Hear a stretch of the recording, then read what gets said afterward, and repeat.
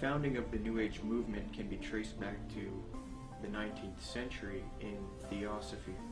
This is the group that largely popularized this belief that we are heading out of the age of Pisces and into the astrological age of Aquarius, which to them will be an age of unity of humanity, an age of enlightenment, a spiritual age of consciousness, so to speak.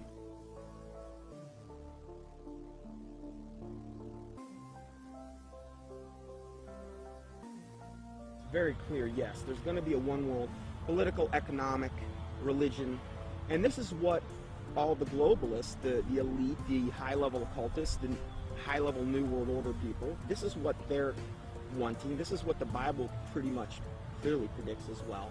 And this is obviously what we're moving to. The Freemason and One World Government advocate Zbigniew Brzezinski said the following in his work Between Two Ages, quote, "The technotronic era involves the gradual appearance of a more controlled society. Such a society would be dominated by an elite, unrestrained by traditional values.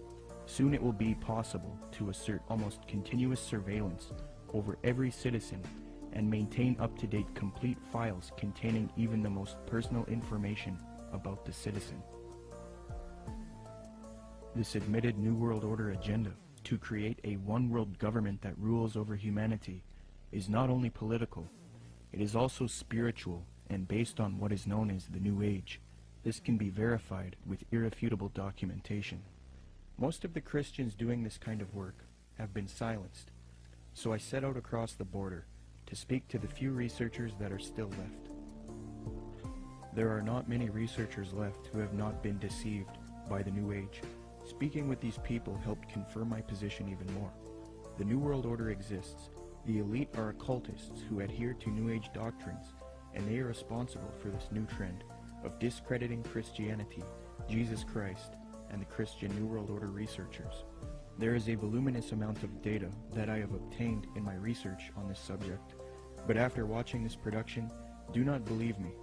Don't believe a word of what I'm saying. Do your own independent research and verify this for yourself.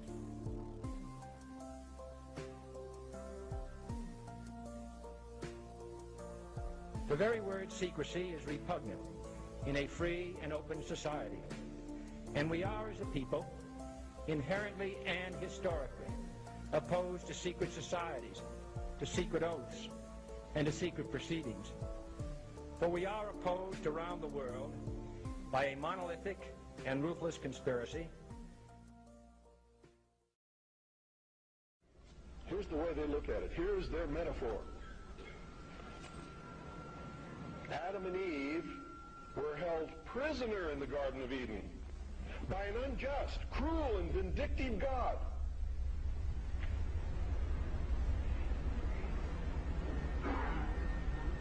Until Lucifer, through his agent Satan, set man free from this garden by giving him the gift of intellect. Through the use of intellect, man will conquer the earth, will conquer nature, and will himself become God. It's taught in every Masonic temple in this land, every secret brotherhood, every secret society, every mystical temple, every occult organization teaches the Luciferian philosophy.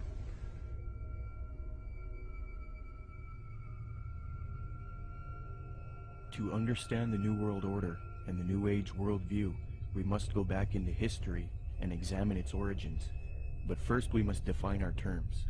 By New Age, I am speaking about a worldview that has many facets and components, such as astrological and zodiacal beliefs in the New Age concept, channeling higher powers to achieve knowledge, meditation, the belief that all is one, or forms of monism, the belief that we can attain godhood, esotericism, or in other words, reinterpreting ancient texts to find hidden meanings and unify all religious belief into one, the belief that we need a one-world system for the coming age of Aquarius. By New World Order, I am talking about a political agenda to create a one-world system, one-world government, one-world economy, unity of humanity into one organism, control over humanity, and submission of the masses. but today the largest countries of the world have agreed a global plan for recovery and reform, I think a new world order is emerging, and with it the foundations of a new and progressive era of international cooperation. To understand what is going on today with respect to the New World Order and the New Age movement, we must have recourse to the 19th century organization called the Theosophical Society. This organization in particular, among others, is largely responsible for the modern New Age movement and the political doctrine known as the New World Order. The founder of this organization was a woman named Helena Petrovna Blavatsky. Born August 12, 1831, Helena Blavatsky was very interested early in her life in the supernatural and the mythological. From 1848 to 1858, Blavatsky would travel the world to ascertain an understanding of the religious traditions of the world. She claimed to have traveled to South America, Egypt, Canada, France, Greece, Mexico, Tibet, India, Germany, and England during this time. It is said that during this travel she learned many mysteries, secrets, and occult knowledge from every walk of life. With all of this new esoteric information in her mind, she moved to New York in 1873. Then in 1875, she formed an occult organization called the Theosophical Society. She founded this society with two men, Colonel Henry Steele Olcott and William Quan Judge. According to Olcott, Theosophy already had thousands of members and branches all over the world by 1885. After New York, Blavatsky and Olcott established the Theosophical headquarters in India, and the membership roster grew increasingly as time went on. Blavatsky's influence came from her writings. Her first book was entitled Isis Unveiled, published in 1877. She started a magazine in 1887 called Lucifer Magazine. Her principal work, The Secret Doctrine, was then published in 1888. She then wrote The Key to Theosophy and The Voice of Silence. These works are now famous, and contained in these writings are the doctrines that helped mold the New Age movement to what it is today. It is said that part of Blavatsky's book, The Secret Doctrine, was channeled to her through an ascended master or highly evolved being called Kuthumi, who spoke to her. Belief in these ascended masters who communicate to humanity is very crucial when studying the New Age. We will look at that doctrine later. The age concept that says humanity is leaving the age of Pisces and entering the golden era or age of Aquarius was popularized by Blavatsky. She taught Theosophists, at any rate, some of them who understand the hidden meaning of the universally expected avatars, messiahs, socioshis, and Christs, know that it is no end of the world, but the consummation of the age, i.e. the close of a cycle, which is now fast approaching. Again, the messianic cycle of the man connected with Pisces. It is a cycle, historical, and not very long, but very occult, lasting about 2,155 solar years. It occurred 2,410 and 255 BC, or when the equinox entered into the sign of Ram, and again into that of Pisces. When it enters in a few years the sign of Aquarius, psychologists will have some extra work to do, and the psychic idiosyncrasies of humanity will enter on a great change. These Theosophists teach that Jesus was simply a representation of the age of Pisces, in that he was an initiate into the mystery schools, or cults of spiritual teachers and masters. They teach people that the new age of Aquarius is going to be that of a utopia, where the world unites into a one-world system, the exiting out of Jesus' age, and the entering into a new world teacher's age. They say each age is accompanied by a great world teacher, be it Buddha, Jesus, etc.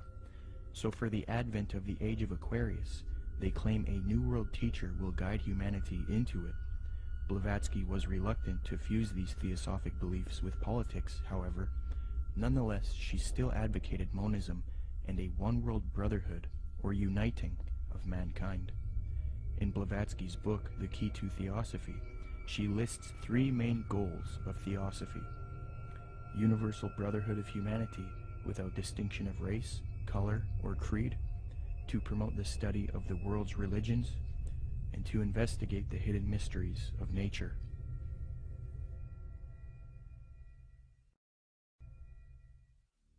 As time went on, Theosophy got very popular.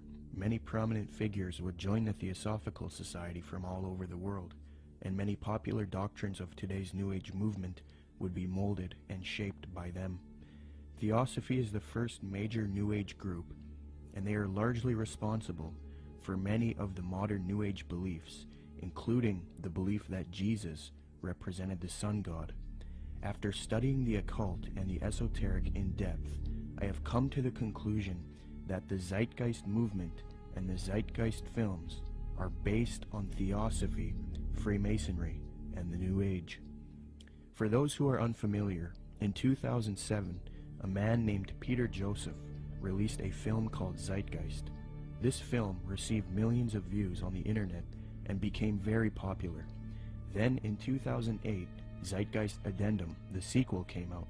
From there, Peter Joseph established the Zeitgeist movement.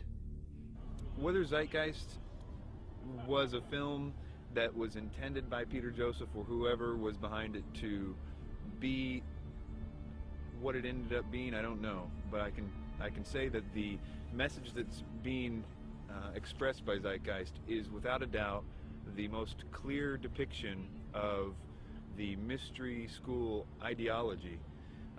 And it's done in such a way to be, it's kind of what I've described as a sort of mystery schools for dummies. It's a way to get people that normally wouldn't be setting foot to any various secret societies. It's a way to indoctrinate them and get them to believe in the same sort of elitist mindset without having to go through any particular initiation. It's also usually accompanied with the idea of pride. That is that the people believe that what they believe is only for a select few, and that sort of has this way of sticking with them, and that nobody believes what I believe, and so it's sort of this elitist mindset that comes with that as well. The first Zeitgeist film was divided into 3 sections. The second section was about 9/11 being an inside job. The third section was about the corruption of the Federal Reserve. I have no real issue with the last 2 sections, but since the release of the first Zeitgeist film, Peter Joseph, the creator, has distanced himself from the 9/11 issue altogether.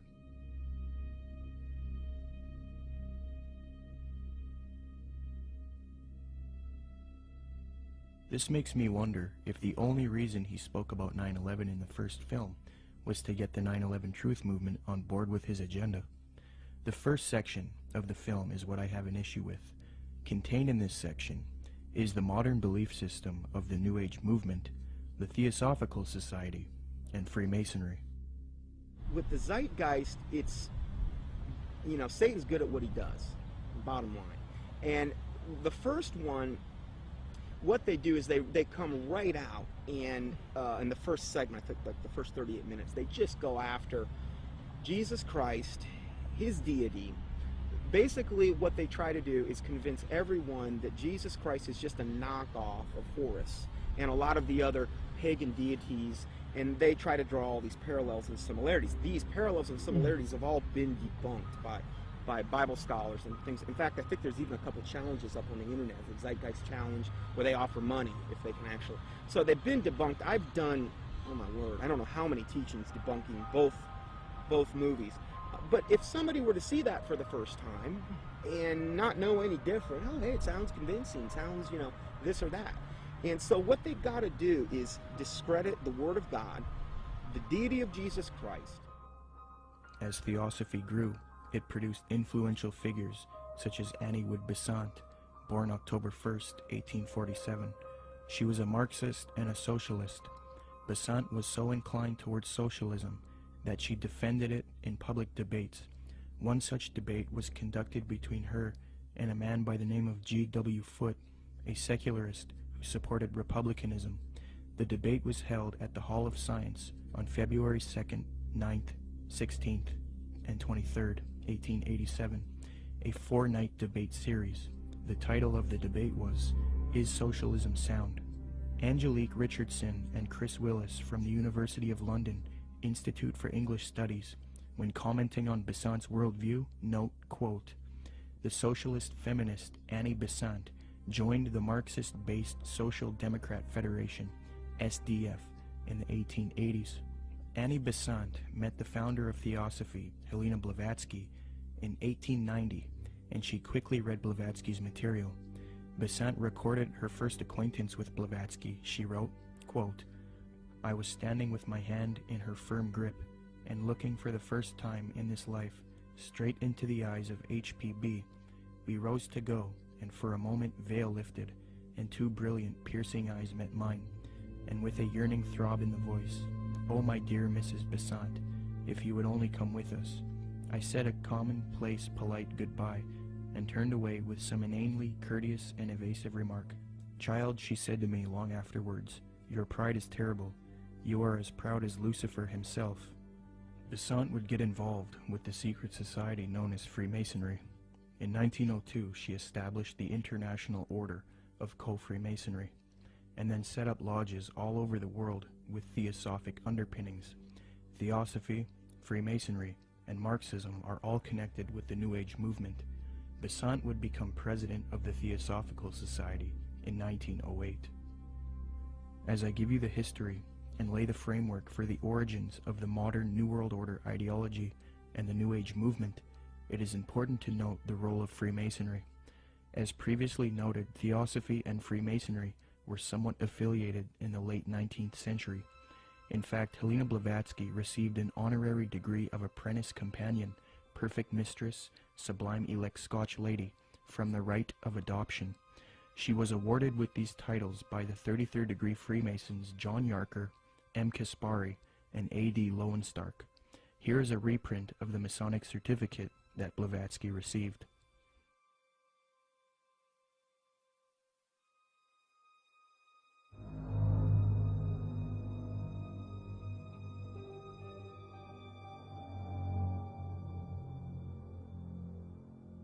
There are many different views on the origins of Freemasonry. I will present the one which I feel is the most evidenced and well documented. Modern speculative Freemasonry wasn't officially established until 1717 in London with the founding of the First Grand Lodge. Prior to that, there were Masonic lodges in the late 16th century. You first have operative Masonry involving those who would work with stone and who were part of a stone guild that built cathedrals and buildings in the Middle Ages. Around the 17th century, these operative Masons started accepting people into their craft who were not simply stoneworkers. Soon Masonry was not simply limited to stoneworkers. They then later developed into modern speculative Freemasonry of today, which involves secret handshakes, codes, symbolism, mythology, and legendary. The earliest documentation of the word Freemason is in the calendar of the Coroner's Rolls of the City of London. This is dated 1378 AD, edited by Reginald Sharp and published in 1913. Commenting on the origins of Freemasonry, Harry Carr remarks, quote, "It developed in Britain out of the building trades and fraternities, whose history goes back some 600 years in England. I do insist, however, that our present-day speculative Freemasonry is directly descended from the operative Masonry, whose beginnings we can trace back to the earliest record of organization among Masons in 1356. As far back as 1917, as modern Masonry was already 200 years old, people were recognizing the connection Freemasonry and Theosophy had. In the 1917 work, Heresies Exposed, W. Host remarks, quote, "Freemasonry viewed doctrinally is Theosophy." With respect to the previously mentioned Zeitgeist films and the Zeitgeist movement, I will demonstrate that after a thorough study into these teachings of Theosophy and Freemasonry, it becomes quite clear that this film and movement, which has captivated so many truth seekers, is nothing more than the externalization of Theosophy, Freemasonry, and the New Age to the public. This is important because if it turns out that Zeitgeist is leading people into Theosophical and Freemasonic ideologies, it means that rather than standing against the New World Order One World Government agenda, like the anti-New World Order movement is supposed to be doing, truth seekers are actually associating themselves with ideologies and organizations that are connected to the New World Order, which I will also demonstrate. I will now qualify this hypothesis since I have laid the foundation for Theosophy and Freemasonry. Theosophists and Freemasons, as part of their esoteric doctrine, taught that Jesus was the sun god, the S-U-N, in the sky, and that he was based on the age of Pisces within the zodiac. The Marxist Theosophist Annie Besant taught her students, quote, "Then the sun retrograded into Pisces at the time of the birth of Jesus Christ, the Pisces influence being shown by cures performed by stepping into pools of water, Christ choosing his first apostles from fishermen," unquote. Similarly, the founder of Theosophy, Helena Blavatsky, taught, quote, "Ichthus, a fish. Some of his early disciples were fishermen. Pisces, a conventional shape for the fish," unquote. The notorious Freemason Manly Palmer Hall taught, quote, "During the age of Pisces, the fish was the symbol of divinity, and the sun god fed the multitude with 2 small fishes." In another context, Blavatsky reinforces Theosophy's belief about Jesus, quote, "For the salvation of the world, this was the sun, shorn of his golden rays, and crowned with blackened ones, symbolizing this loss as the thorns. Jesus and even Apollonius of Tyana were but epitomizers of the history of the sun." These doctrines are very sacred to Theosophists and Freemasons. The first section of the first film, Zeitgeist, externalizes these same Theosophic and Freemasonic beliefs, fringe views that historians and scholars dismiss. Zeitgeist repeats, quote, "Jesus is the Son of God. Now Jesus is the figure who ushers in the age following Aries, the age of Pisces," unquote.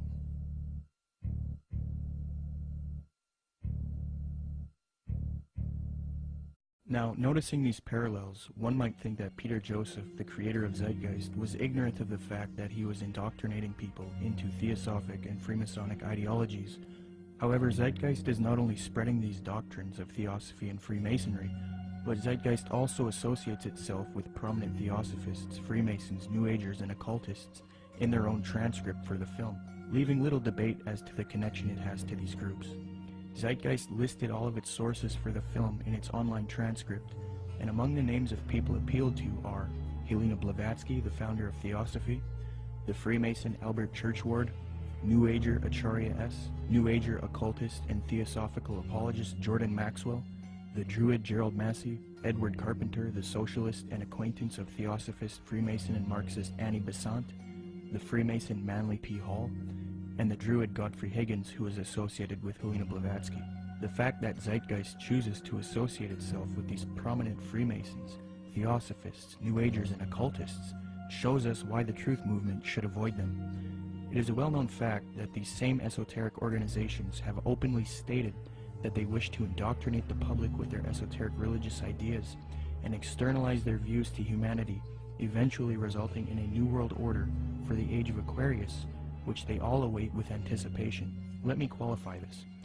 As Theosophy grew, it produced another prominent woman named Alice Bailey, born June 6, 1880. She is one of the most influential Theosophists, and it was her who was responsible for convincing New Agers that humanity needs to make a one-world government and one-world religion for the age of Aquarius. In order to achieve this system, she deemed it necessary to teach humanity the religion of Theosophy and Freemasonry, the same doctrines that Zeitgeist is now spreading.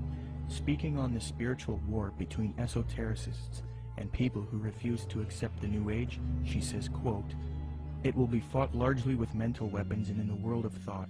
It will involve also the emotional realm from the standpoint of idealistic fanaticism. This inherent fanaticism will fight against the appearance of the coming world religion and the spread of esotericism.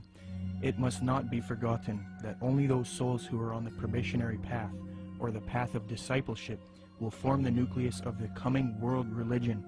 There is no question, therefore, that the work to be done in familiarizing the general public with the nature of the mysteries is of paramount importance at this time. When the Great One comes with his disciples and initiates, we shall have the restoration of the mysteries and their exoteric presentation as a consequence of the first initiation." Alice Bailey also reveals that Freemasonry is meant to produce advanced occultists and is in accord with the theosophical goals. Quote, "The Masonic movement, when it can be, divorced from politics and social end, from its present paralyzing condition of inertia, will meet the need of those who can and should wield power. It is the custodian of the law, it is the home of the mysteries and the seat of initiation.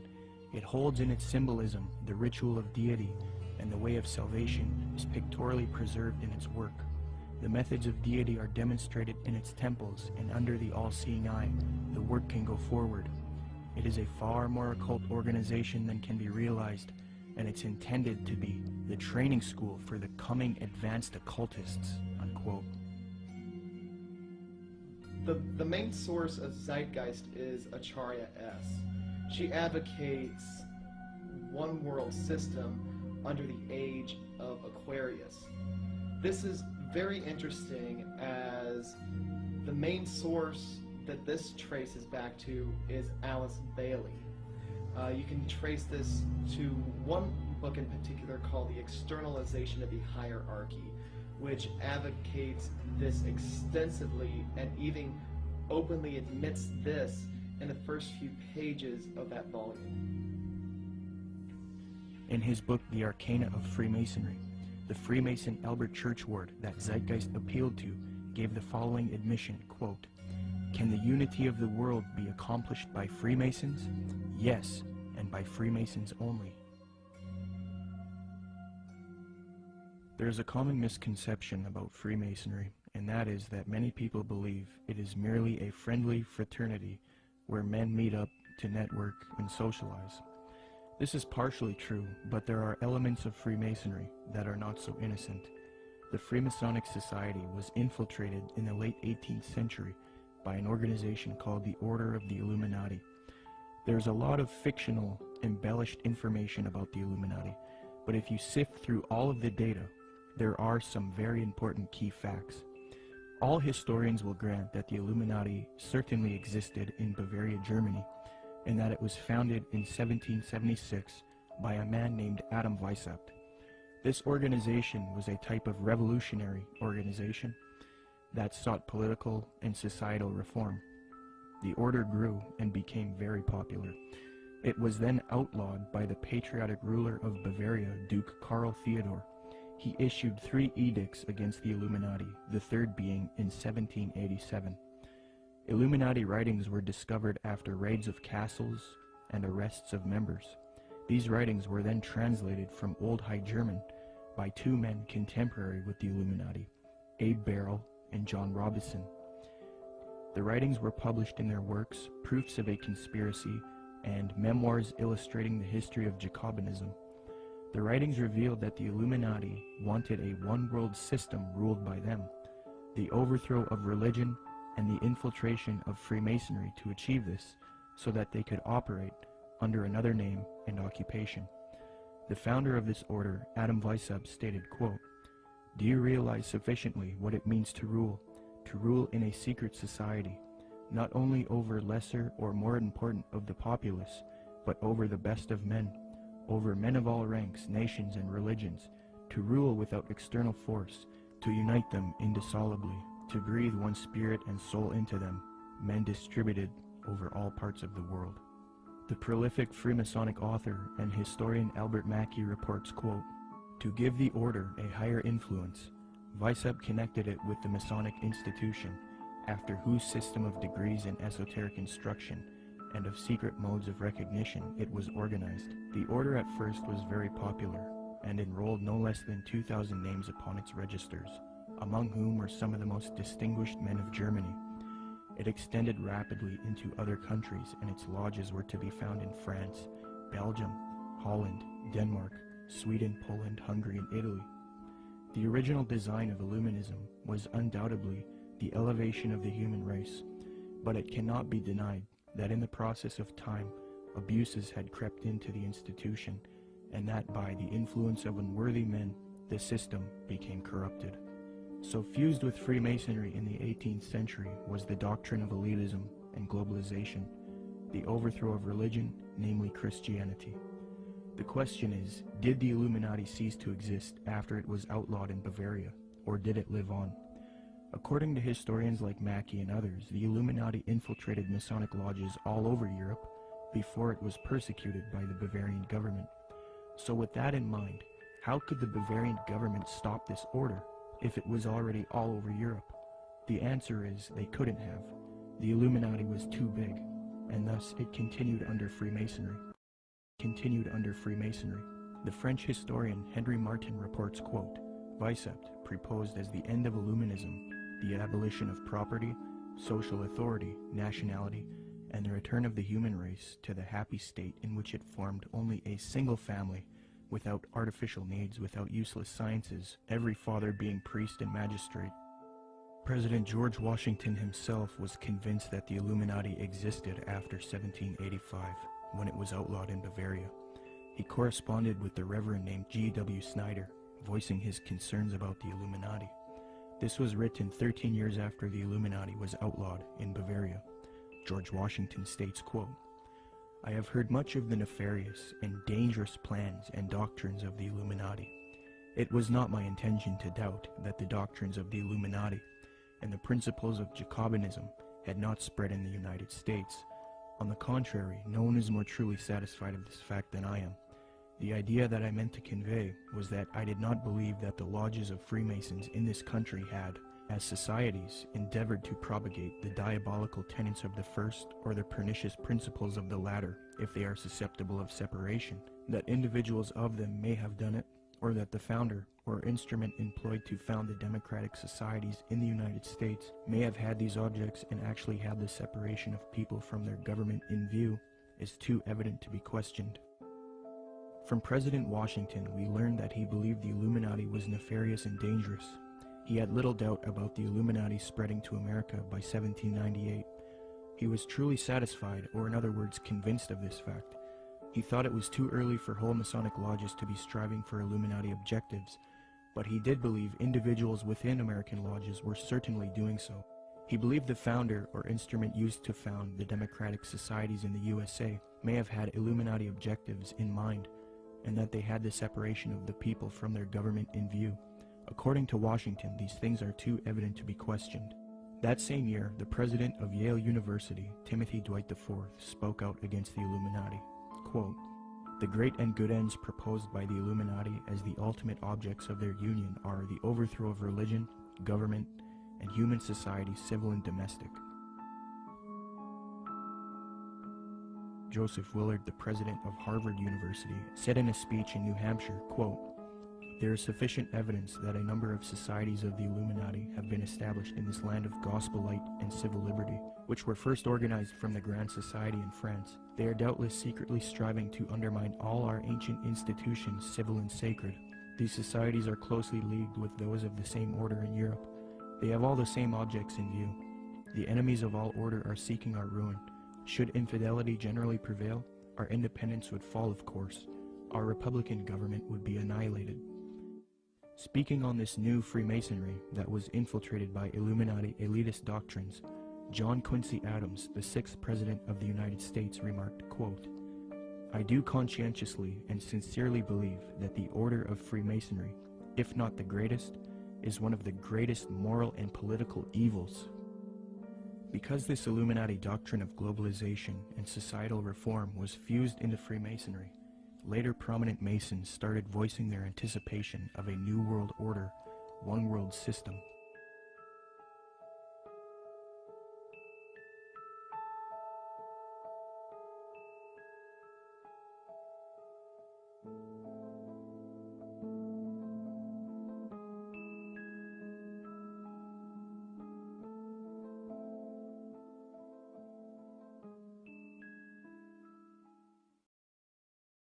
Freemasonry is just one of many ways to get people into the occult. But even more than that, it's able to get them into a really sort of packaged way to produce people that can be used in a more mechanical way in the system. That is, that they can be put into places of power to turn a lot of the gears and things like that. Let me demonstrate that the high levels of Freemasonry and Theosophy are now simultaneously striving for a new world order, one world religion. Their dogma is that for the upcoming age of Aquarius, humanity needs to unite into a one world government or new world order. The former Supreme Grand Master of the Fraternity of the Rosy Cross, or FRC, Reuben Swinburne Clymer wrote in his work Ancient Mystic Oriental Freemasonry, quote, "Mystic Masonry is not only the key to the religion taught to all men in all ages from the very beginning of conscious life up to the present, but it holds the keys to these religious and is, in fact, the very repository of religion itself. It has for its object the uniting of mankind into a universal brotherhood." The 19th and 20th century Freemason and Rosicrucian Arthur Edward Waite admitted that secret societies he was involved with control political, scientific, and religious affairs. Waite believed that these societies always existed in every nation and are connected to modern societies, which I believe can be disputed. But nonetheless, he stated the following in his work, The Real History of the Rosicrucians, quote, "Beneath the broad tide of human history, there flow the stealthy undercurrents of the secret societies, which frequently determine in the depths the changes that take place upon the surface. These societies have existed in all ages and among all nations, and tradition has invariably ascribed to them the possession of important knowledge in the religious, scientific, or political order according to the various character of their pretensions," unquote.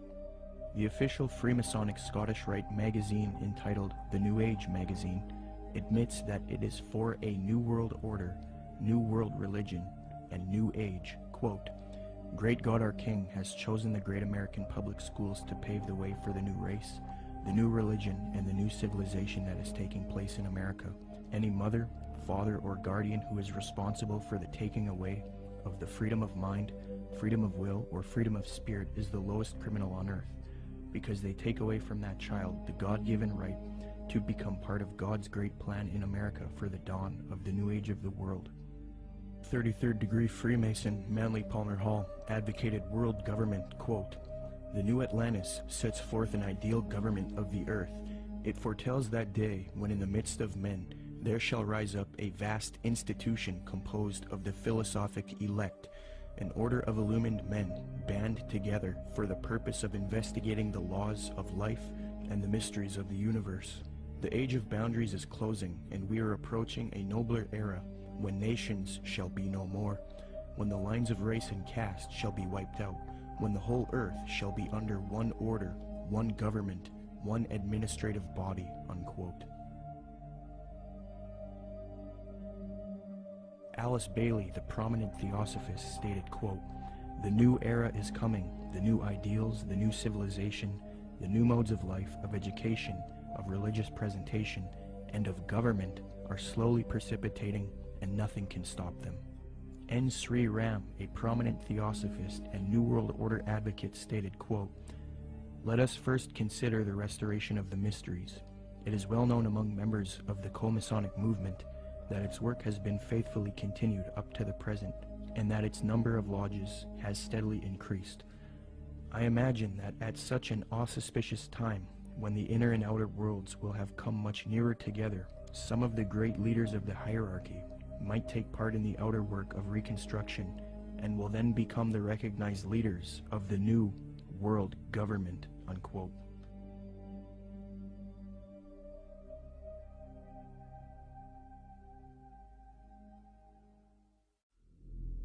This was written by Manly P. Hall. Manly P. Hall was both a Grand Master within Freemasonry, and he was a Grand Master in the Illuminati. And he says, "All of sincere heart will find consolation in the conviction that powers beyond and above human corruption continue to administer the destiny of the globe. It would be a mistake to confuse the governing bodies with the various sects which pretend to authority but give no indication or proof that they can manage efficiently even their own affairs."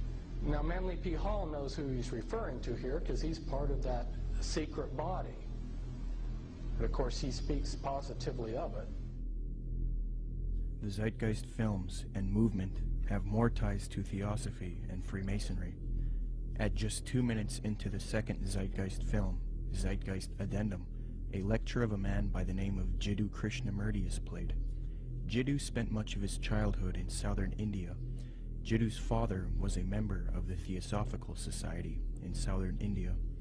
When Jiddu was a boy, he was discovered by the Theosophist C.W. Ledbetter, Ledbetter was a man who was brought up on charges of immoral behavior with young boys, yet he still had a close relationship with the president of Theosophy, Annie Besant.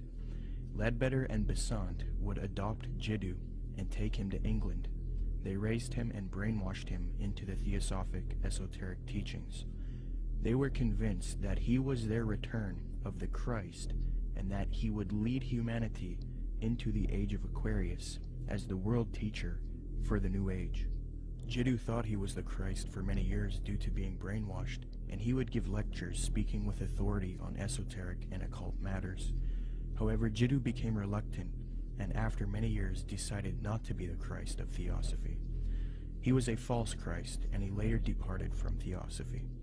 He did retain connection with Theosophists and devoted the later part of his life to giving lectures on New Age spirituality. He authored many books on the subject as well. The fact that Zeitgeist would include this man in their film, knowing his deep connection with Theosophy, should demonstrate to everyone the New Age esoteric nature of the Zeitgeist films and movement. One of the main claims of Zeitgeist is that the gospel story of Jesus is derived from the stories of previous pagan gods. They attempt to draw parallels between Jesus and these other gods to try to show that the story of Jesus is just a copycat story. Subsequently, these claims have all been debunked by scholars and historians. Zeitgeist appealed to Acharya S. for this theory. These claims can be found in her book, The Christ Conspiracy. Interestingly, it was the founder of Theosophy, Helena Blavatsky, and the Marxist Theosophist Annie Besant who popularized these types of arguments and inserted them into the New Age movement. The emphasis is removing uniqueness from Jesus Christ in Christianity because to the New Ager, humanity is leaving Jesus' age of Pisces, which they believe is now evil. According to them, many people are still stuck believing in Christianity, holding the world back from their new spirituality. So what better way to fix this problem than to discredit the avatar of the previous Piscean age, Jesus Christ? They will even go as far as to say Jesus never existed in order to lead people away from Christianity. Thus the masses are now on board with the new Aquarian world order. Even modern New Agers around today will utilize this deception. New Age spokesman and disciple of Alice Bailey in Theosophy, Benjamin Krem, states, quote, "The 5 major initiations which take one to liberation have their symbolic enactment in the life of Jesus. That is what the gospel story is really about. It is a very ancient story and has been presented to mankind again and again in different forms long before the time of Jesus," unquote. When one compares Acharya S.'s book, The Christ Conspiracy, to Helena Blavatsky's book, Isis Unveiled Volume 2, it becomes quite clear where Acharya got much of her material. For extensive rebuttals to this copycat thesis, see the following books, videos, and articles. The 3 things that Zeitgeist adopts from Theosophy and Freemasonry with respect to theology are 1. The belief that the story of Jesus was copied from other religions. 2. That Jesus is a representation of the sun. And 3. That Jesus ushered in the age of Pisces. It makes sense why Theosophists would spread these views, because they want a world system for the age of Aquarius, and in discrediting Christianity and connecting Jesus to astrology, they can get apostate Christians on board. But why then does Zeitgeist spread this propaganda?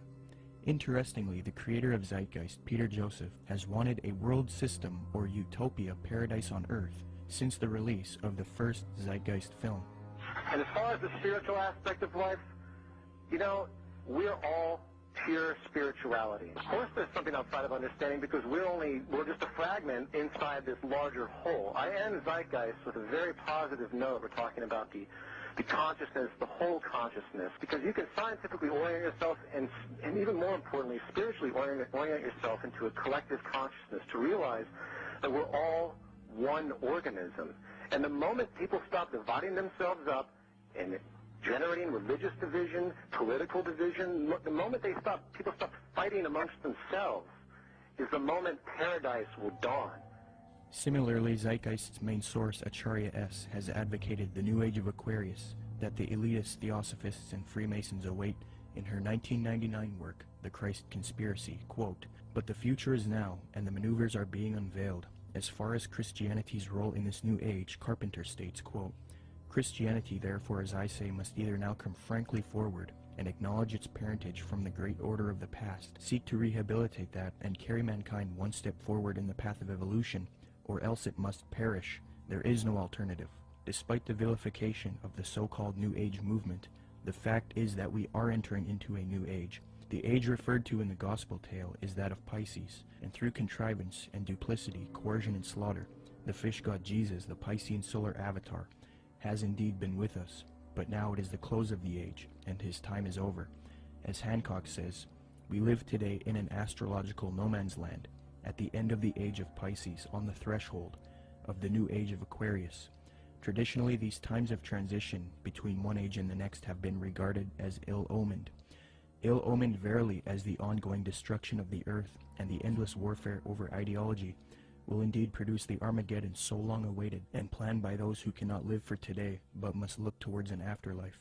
By realizing the cultural unity revealed behind the Christ conspiracy, however, humanity can pull together and prevent this fall to create a better world.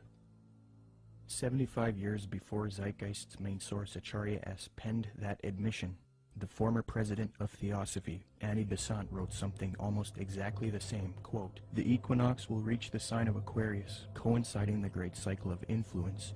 We can indeed hope to put a complete end to all the influence of the past cycle, with its tyranny, slavery, war, and cruelty. This is one of the great transitional epochs, and the karma before humanity as a whole, and to every group in particular, is to reform itself from slavery, female subjection, war, and cruelty, and establish a civilization based on humanness and interest in spiritual matters." New Age author Gail Fairfield explains what is expected for the supposed upcoming age of Aquarius. She states, quote, "The sign of Aquarius is the sign of focused concepts. It concentrates intently on developing its ideas and then applies them to the betterment of humankind. It has talent for rapidly correlating all the information available into a political, ethical, spiritual, technological system. Aquarius creates optimal features for individuals and for humanity because it needs alternatives, possibilities, and something to move towards. Overall, Aquarius is a reformer and visionary working to create its utopia," unquote. Isn't it interesting that right after Zeitgeist promoted the Aquarian New Age concepts in the first Zeitgeist film, the second film, Zeitgeist Addendum, then goes on to convince its followers to strive for a similar Aquarian one-world system, New World Order, called the Venus Project. Indeed, the solution offered by the film Zeitgeist Addendum is that humanity needs to unite into the very same thing that Theosophy and Freemasonry wants it to unite into: a one-world universal esoteric brotherhood of humanity, a new world order. I think that the coming new system that the occultists speak of it's really crucial to understand that what they're talking about is not going to look like what we think the New World Order's control grid will look like. They believe that the utopia will be one of a spiritual utopia, one that's free of wars and religion. It's easy for a lot of people to have idealistic views about it. They're going to make it sound wonderful, which is what like the Zeitgeist Addendum particularly does in the second part, where they talk about, oh, we're going to like, you know, have free energy, we're going to provide your needs. There's been talk about erasing all debts. That's more the Venus Project is more what Jacques Fresco. That's more what he's into. Okay, this is his utopian approach to the New World Order, where I literally heard him say on the addendum, where he said, "We'll have no laws. All laws will be done away with." I thought to myself, all law? I mean, nobody's going to have to work. It's just going to sound like wonderful. I mean, he's talking about how are people going to make livings. Well, you won't have to, and you can do whatever you want. And if you make a painting, you can give it to somebody. I mean, this utopian world, but it's going to come at an extremely high price regarding the mark of the beast. It's not going to be what they're cracking it up to be, and most likely, it's only going to come with massive depopulation, and they're going to probably try to pull that off a number of different ways. But you have the Zeitgeist, this utopian approach, and then you also have the way the Ascended Master, some of the Ascended Masters say will be done through a project called Nasera, which, you know, is very similar in what the Zeitgeist Addenda talks about. It's just kind of a different flavor of it all. So which one they're actually going to be able to pull off, if the Lord lets them do it, it's kind of up to the Lord. It's hard to say which way it'll go. Which one they're actually going to be able to pull off, if the Lord lets them do it, it's kind of up to the Lord. It's hard to say which way it'll go. The Venus Project looks like Francis Bacon's New Atlantis, this concept that has been with the occult realm for a long time. Whether they call it the New Atlantis or whether they call it some coming utopia or some Platonic version of the New Age, the New World Order, a lot of people, those terms were viewed in a completely different context that I think a lot of us in the truth movement see the New World Order. It's a totally different thing that they're hoping will happen. And I think that we can be in danger if we think that the New World Order is just going to be a police state control grid, which I think it will be, but I think it will be in the context of a lot of supernatural things going on. So it's going to look like the old world order is gone, and in doing so, it's going to be exactly what those like Francis Bacon and all the others have mentioned. This new world order is going to be proposed to look just like the Venus Project, but I can tell you that won't be the case for very long. It might be right at the beginning, but not as it goes on. According to the New Agers, Theosophists, as well as many elitists and Freemasons, there exists a group of highly evolved men and women called the Masters of Wisdom. These powerful groups claim that Buddha, Krishna, Muhammad, and Jesus were all masters of wisdom, and that a being named Maitreya is the leader of these beings, who in turn is subject to the true leader, Sanat Kumara. New Age Theosophist Dane Rudhar concedes that the leader of the Masters, Sanat Kumara, is in fact Satan, according to the esotericists. Quote, Satan is an anagram for Sanat Kumara, who in the esoteric philosophy of India is the Promethean being who gave mankind the fire of self-conscious and independent individual selfhood, unquote. John Michael Greer in the New Encyclopedia of the Occult notes, quote, Satan has a possible echo in theosophic lore, where the Lord of the world, the spiritual ruler of the earth, and the head of the Great White Lodge is Sanat Kumara, a lord of the flame who descended to earth from Venus in a fiery chariot some 6 million years ago, unquote.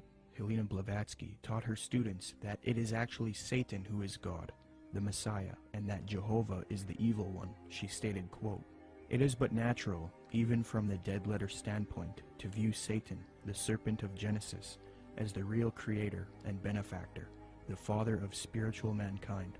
For it is he who was the harborer of light, bright radiant Lucifer, who opened the eyes of the automation created by Jehovah, as alleged, and he who was the first to whisper, In the day ye eat thereof, ye shall be as Elohim, knowing good and evil, can only be regarded in the light of a savior and adversary to Jehovah, the personating spirit.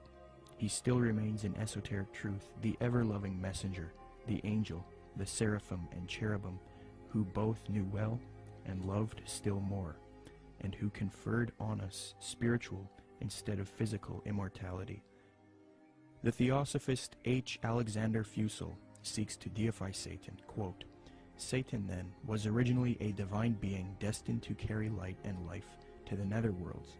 He stands for the gift of free will and self-conscious mind to man, a power which at once seduces and uplifts man, for with free will comes the power to go astray.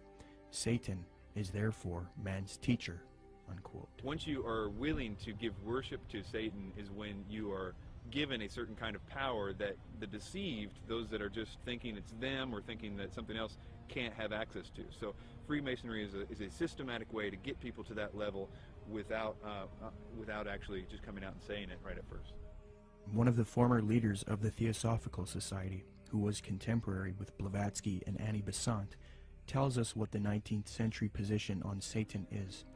In his work Spiritualism, Madame Blavatsky, and Theosophy, Rudolf Steiner states, quote, Lucifer is not a being that we can see with our present-day physical eyes.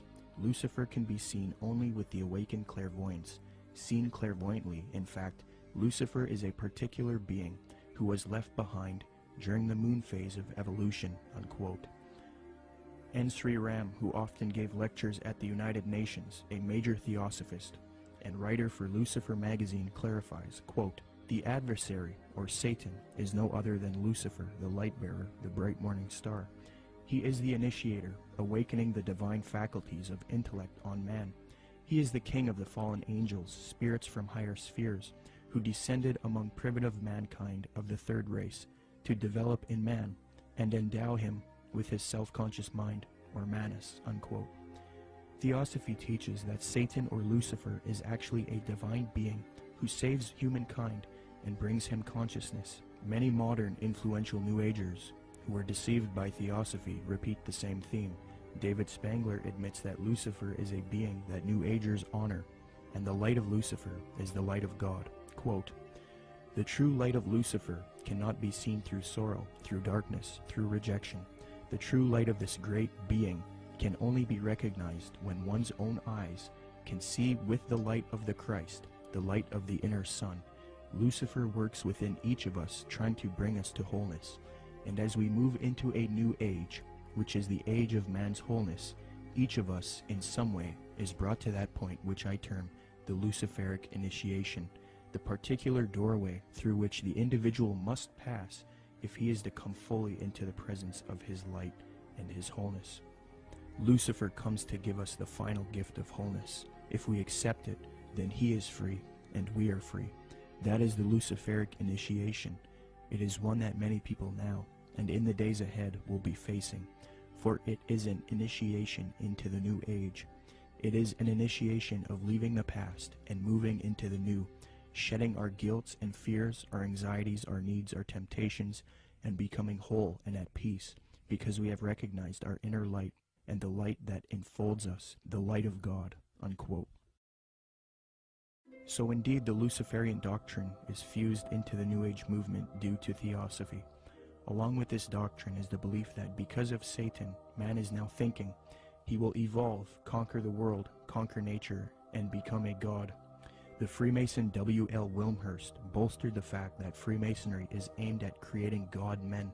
The purpose of initiation is attaining godhood, he states, quote, "The height of the lodge, even as high as the heavens, implies the range of consciousness possible to us. When we have developed our potentialities to the full is infinite.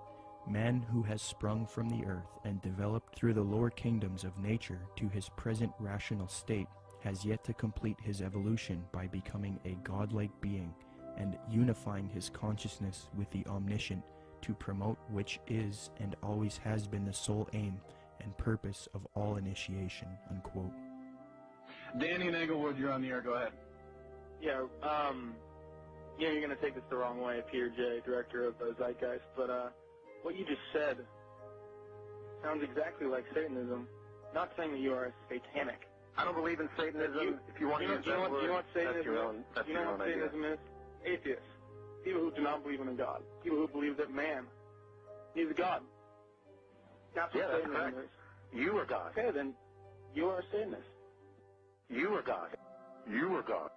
You are God.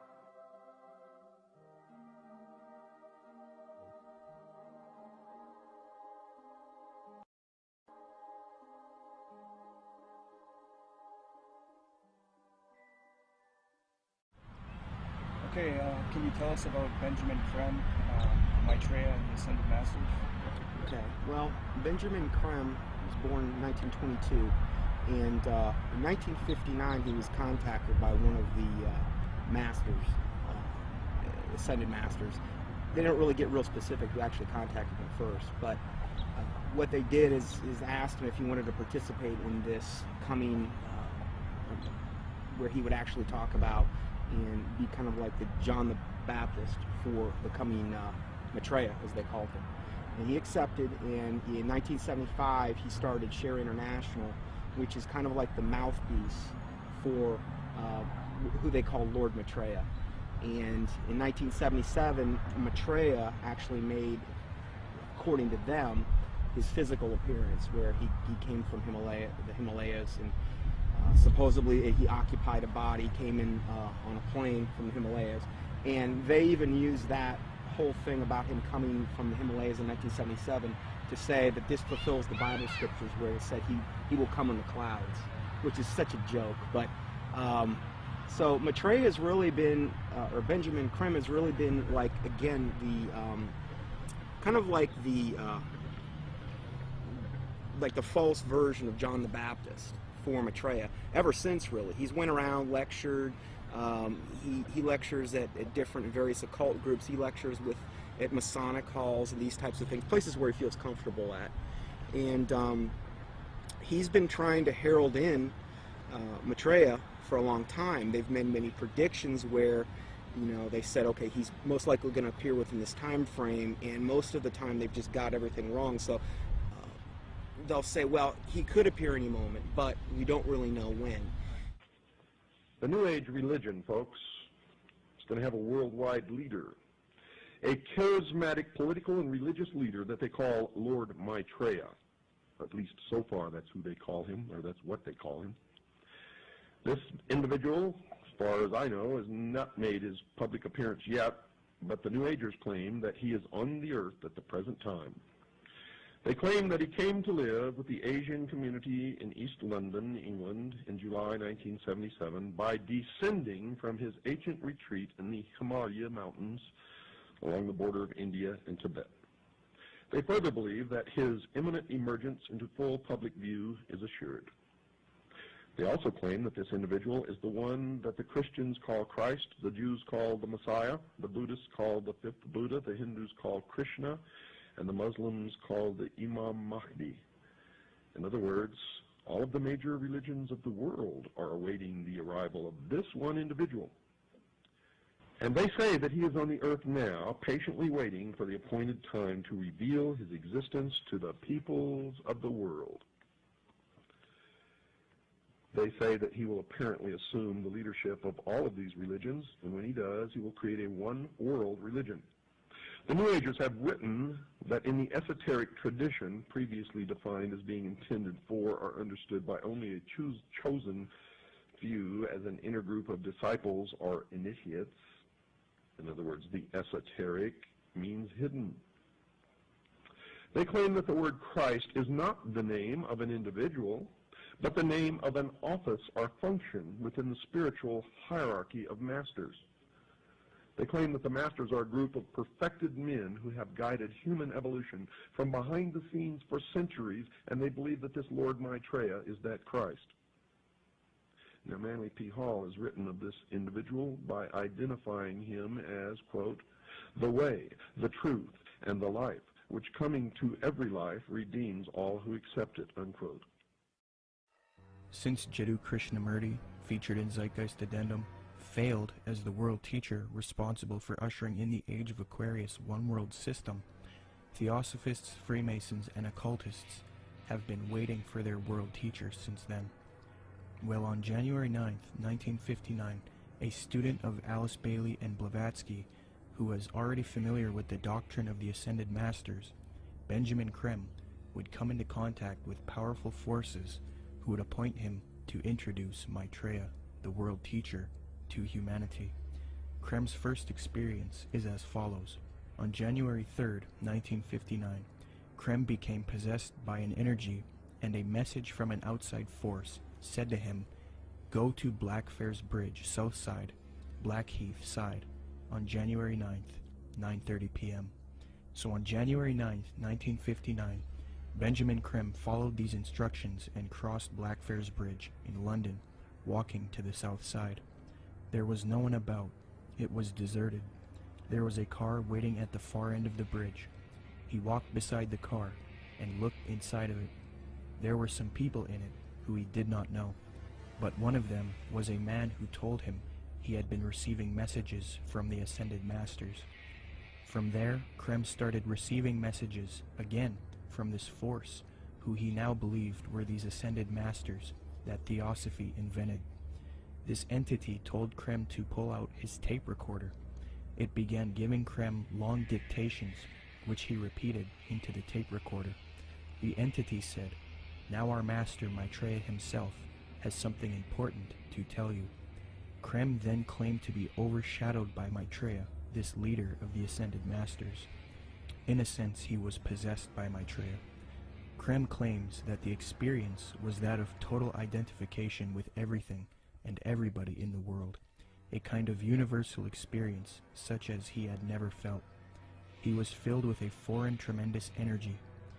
Krem claimed to have seen a vision of himself in the future, as well as Maitreya, the world teacher, who ushers in the Age of Aquarius, one world system. Later he was instructed that he would help introduce Maitreya to the world. Since then, Krem started an organization called Share International. They have a website as well. It is aimed at promoting Maitreya and the teachings of Theosophy and the New Age. Krem admitted that he was influenced by Helena Blavatsky and Alice Bailey. Quote, "To many today, this awareness includes the recognition of higher states of consciousness attained by those who make up the emerging spiritual kingdom, the masters and initiates of the world. Their existence was first revealed in modern time by H.P. Blavatsky, co-founder of the Theosophical Society, as long ago as 1875. A more detailed communication about the masters and their work was given by Alice A. Bailey between 1919 and 1949. In her book, The Externalization of the Hierarchy, she revealed the existence of a planned return to physical plane work and activity by this group of enlightened men, which return, I submit, has already begun." I think that what Blavatsky wrote down, even by her own admission, was not written by an ascended master, and I don't think that ascended masters exist. She was being deceived. Regardless of what we think, we have to at least believe her and the others involved in the high levels of the Theosophic movement, that what they got, the core levels, their secret doctrine, was given to them by off-world entities. The research becomes, who are these off-world entities? And this is the other part of that research. Is what those entities said true or not? I understand that it's very poetic. It's very easy and seductive to believe, because when you read some of her stuff or some of the other stuff that's written directly from demonic entities, it's extremely seductive. We must understand that these beings are thousands of years older than us, and they're very smart. We're no match for them. The smartest of us are no match for the intellect of them, but their desire is to deceive us. So we are outmatched in this regard. So that's why it's seductive when we read it. The most current thing that they're doing right now has been since last December, this supposed star sign, which is really, again, they just try to knock off from the Bible as much as they possibly can. This is like a knockoff of the Star of Bethlehem in the Bible. And in that, they're saying that there's going to be these, what they call star-like luminaries in the sky. 4 of them that are in different quadrants of the earth. They're 5 times the size of a football field, according to them. And people are seeing these things, and they've got a whole, up on shareinternational.org, they've got a whole section devoted to this, where people are sending in pictures, there's stars, and what they are spaceships. That's what they're admitting to at this point. And more people are seeing them, but evidently this is going to be the thing that really, really heralds in Maitreya, up until they have the day of declaration when he makes his public emergence. And this is supposed to be on the major media? Yes. When he makes his big debut, what they've said is they've already secured an interview with a major U.S. TV network, and then one in Japan, I believe, as well. So during this time, he's going to, the day of declaration, supposedly he's going to basically telepathically communicate with masses and masses of people. They supposedly will hear them in their own language. They'll be able to comprehend him. Supposedly they'll feel this infinite love. And there will be many also supposed miraculous healings taking place around the world at the same time. And most likely, this day of declaration will come on the heels of some or multiple cataclysmic events, most likely the first thing being an economic meltdown, which is what he's predicted way back from the 90s. And what does Maitreya promise? What does he want to achieve? What are his goals? Well, you know, if you look at the word Share International, which is the name of the site, you know, if you read what he says, he wants the world resource sharing of the world. He doesn't want there to be any, supposedly, any inequalities of the world. You know, you look at what he says that he is. He says that he is the Christ that the Christians are expecting, the Messiah the Jews are expecting, the fifth Buddha the Buddhists are expecting, Krishna the Hindus are expecting, and Imam Mahdi that the Muslims. So he's kind of everything rolled up into one. He's like the total package. He's going to give and be able to unite and put all of the various and different religious systems, the major religious systems, all on the same page. And the Bible says that when the Antichrist comes, he's going to come with all lying, power, signs, and wonders.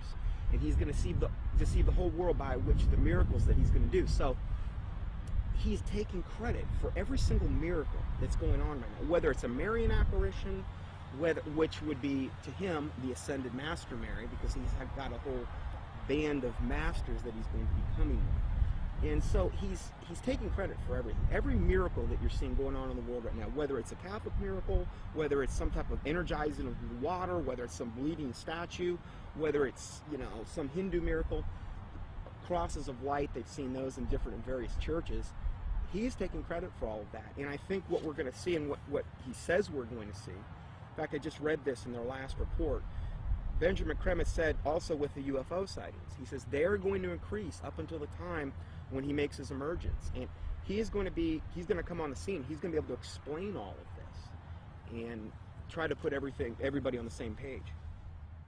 My personal belief is that the Antichrist, or the world teacher, will seem to actually be Christ, in the sense that he will seem to destroy some old system and some old bad leader. And I think that it will somehow be tied to, I don't know, this is my guess, but it will somehow be tied to some sort of fake or alien invasion or presence of some sort. I don't know if Maitreya fits all those characteristics, but I wouldn't doubt it for 1 minute if he was. My personal opinion is that Krim is somebody who is being talked to by entities and is doing what he's told to be doing.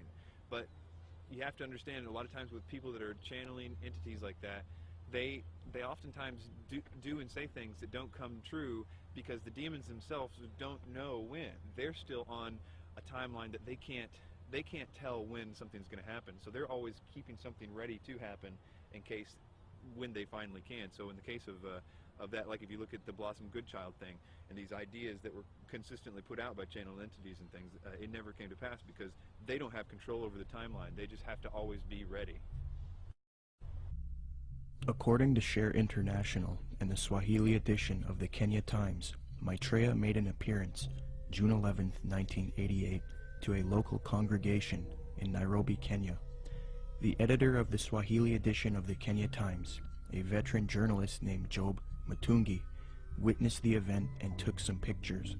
A summary of his article as it appeared in his newspaper is as follows, quote, "The tall figure of a barefooted, white-robed and bearded man appeared from nowhere and stood in the middle of the crowd. He was walking slowly towards the new church building, away from the tent. Mary walked with him side by side.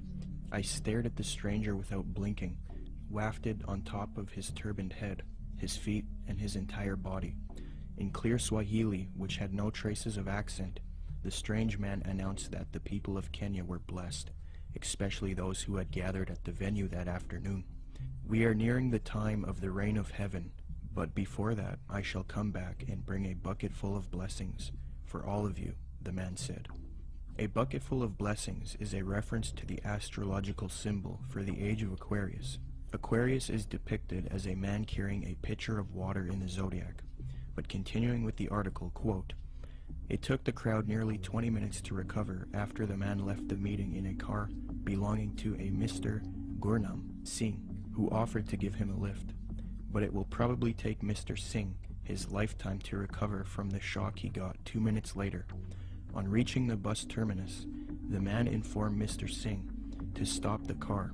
On getting out, he walked a few paces beside the road and simply vanished into thin air." New Age expert and attorney Constance Cumby, author of The Hidden Dangers of the Rainbow, had stumbled onto this Maitreya figure in her research in the 80s. Her book, published in 1983, was the first book to give a full expose on Maitreya and Benjamin Creme. On page 21, she notes a Denver Post interview conducted by Jack Kissling speaking to Benjamin Creme, quote, "Won't the advent of a single world religion annoy the hierarchies of all the current Orthodox religions?" I asked. "More than that," he said with a smile. "They will be shocked. I dare say they will be among the last to accept the Christ." But according to Kissling, Creme said confidently, "It will come because it must. We will begin to live," he said, "as potential gods," unquote.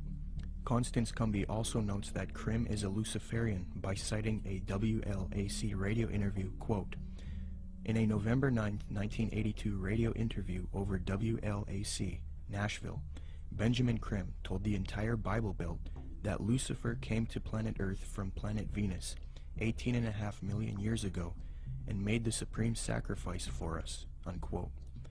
Constance Cumby had direct contact with Benjamin Creme face-to-face in Detroit, Michigan. I had the opportunity to meet this brave woman, and she showed me the place in which she had attended a lecture by Benjamin Creme.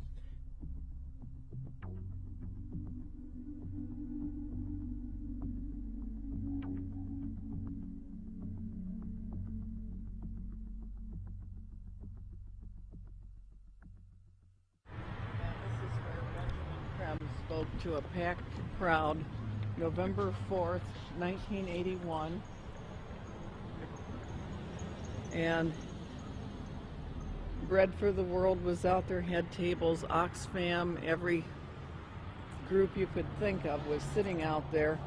They were passing out brochures. The brochure is reproduced in both of my books. Benjamin Creme came in.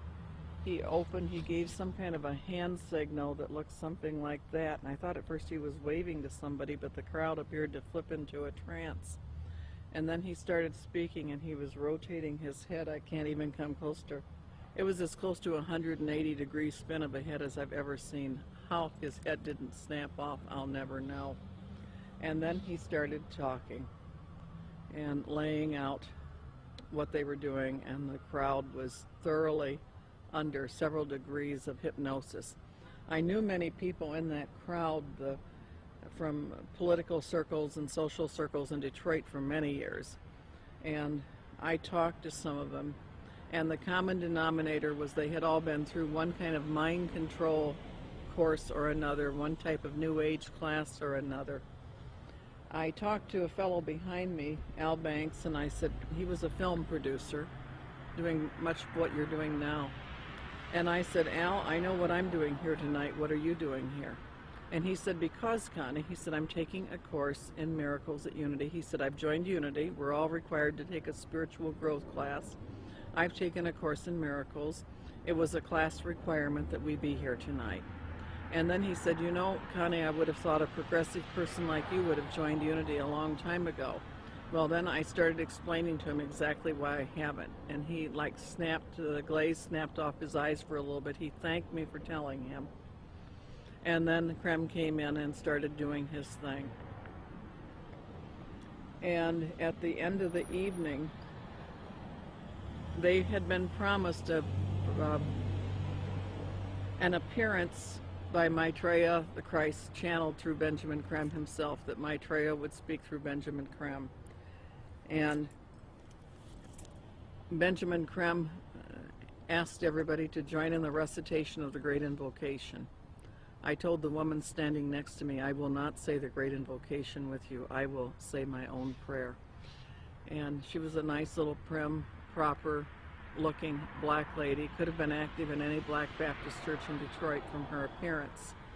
And she said, "No, that's all right, honey. We all have our own paths to God." And I said, "The reason I will not say the Great Invocation with you, the scriptures clearly said that the Antichrist would come denying that Jesus was the Christ." I said, "Benjamin Creme has denied it all evening and said Jesus was not the Christ and this Maitreya was." And the woman said what Benjamin Creme had said. She said, "There's been many Christs." I said, "There's been one, and his name is Jesus." And people turned from rows around and looked at me like I was crazy. And So then Benjamin Krem came in and he started the nearly close to 180-degree spin of his neck again. And the crowd's hypnotic trance appeared to deepen, and he started out from the point of light within the mind of God, may light spring forth ever.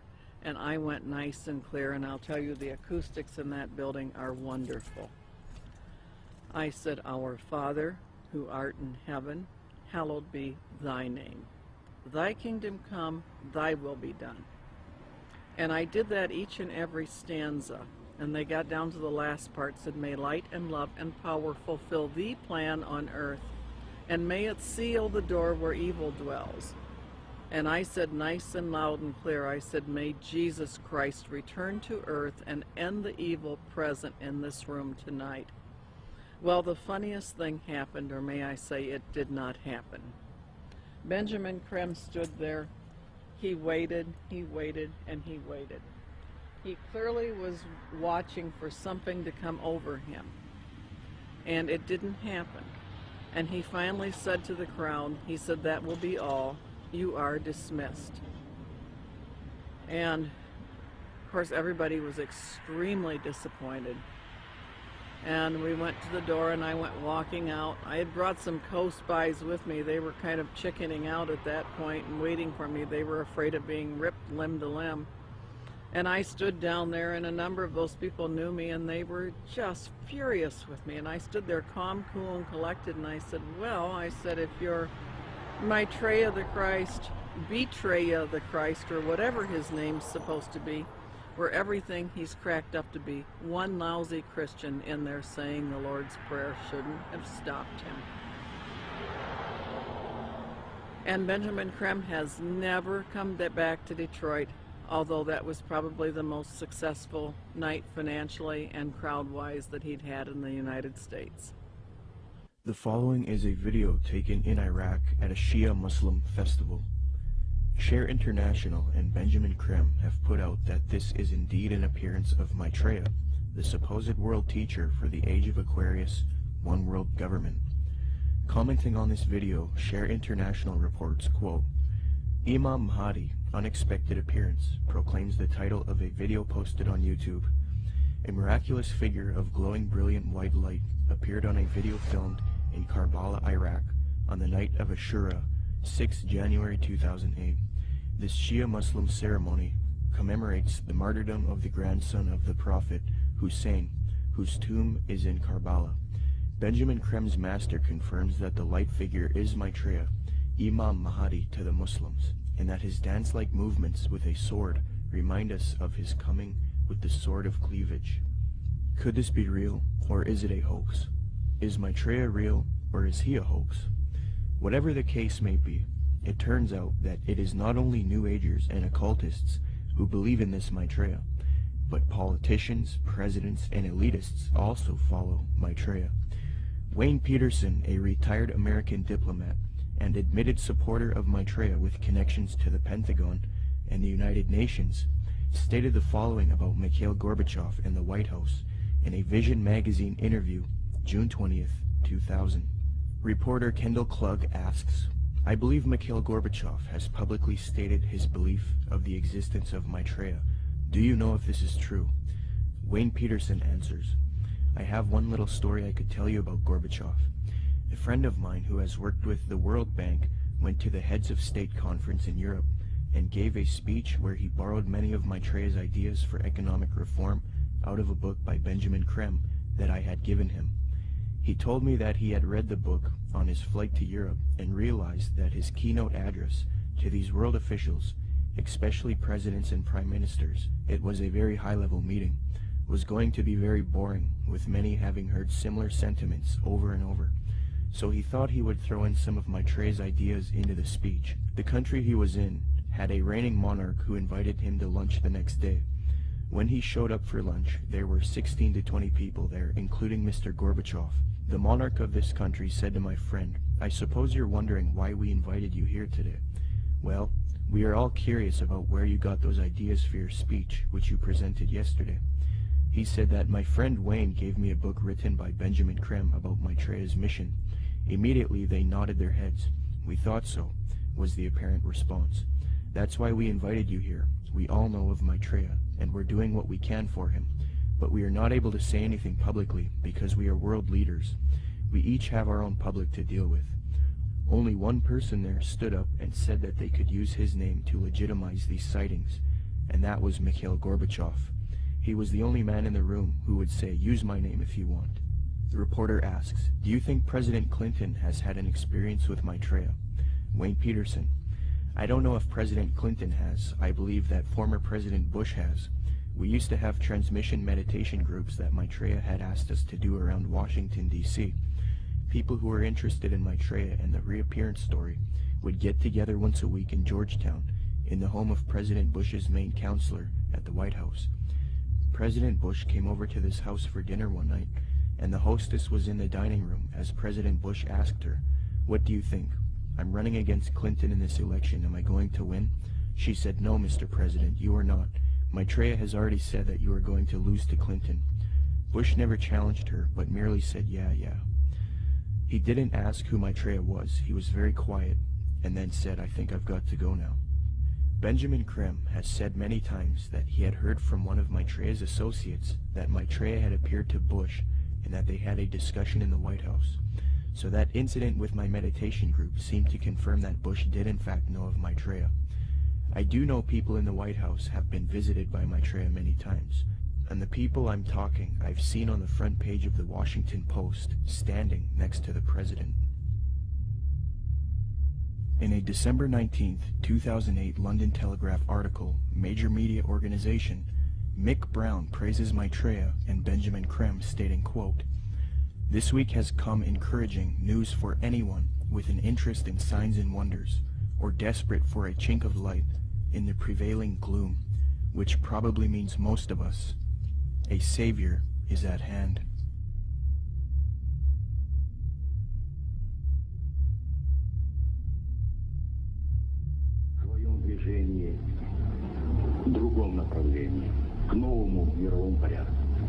I think even that does not describe why the world has changed so much and why the world has turned so much toward a new world order and a new kind of civilization.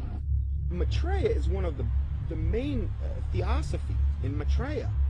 The whole UN movement, the whole Lucius Trust movement, world goodwill, they're going out of their way to try to discredit it and say, well, you know, Jesus, all he really was a disciple of Maitreya. He's still a disciple of Maitreya. Maitreya is over him, and Jesus, they believe what happened is Jesus heralded in the age of Pisces. Now what we're going to be doing is now we need to herald in the age of Aquarius. This is where the New World Order comes in, and this is what Maitreya is going to bring. So we're going to de-emphasize Jesus, and we're going to move over to Maitreya. Jesus is just a disciple of Maitreya anyway, according to them.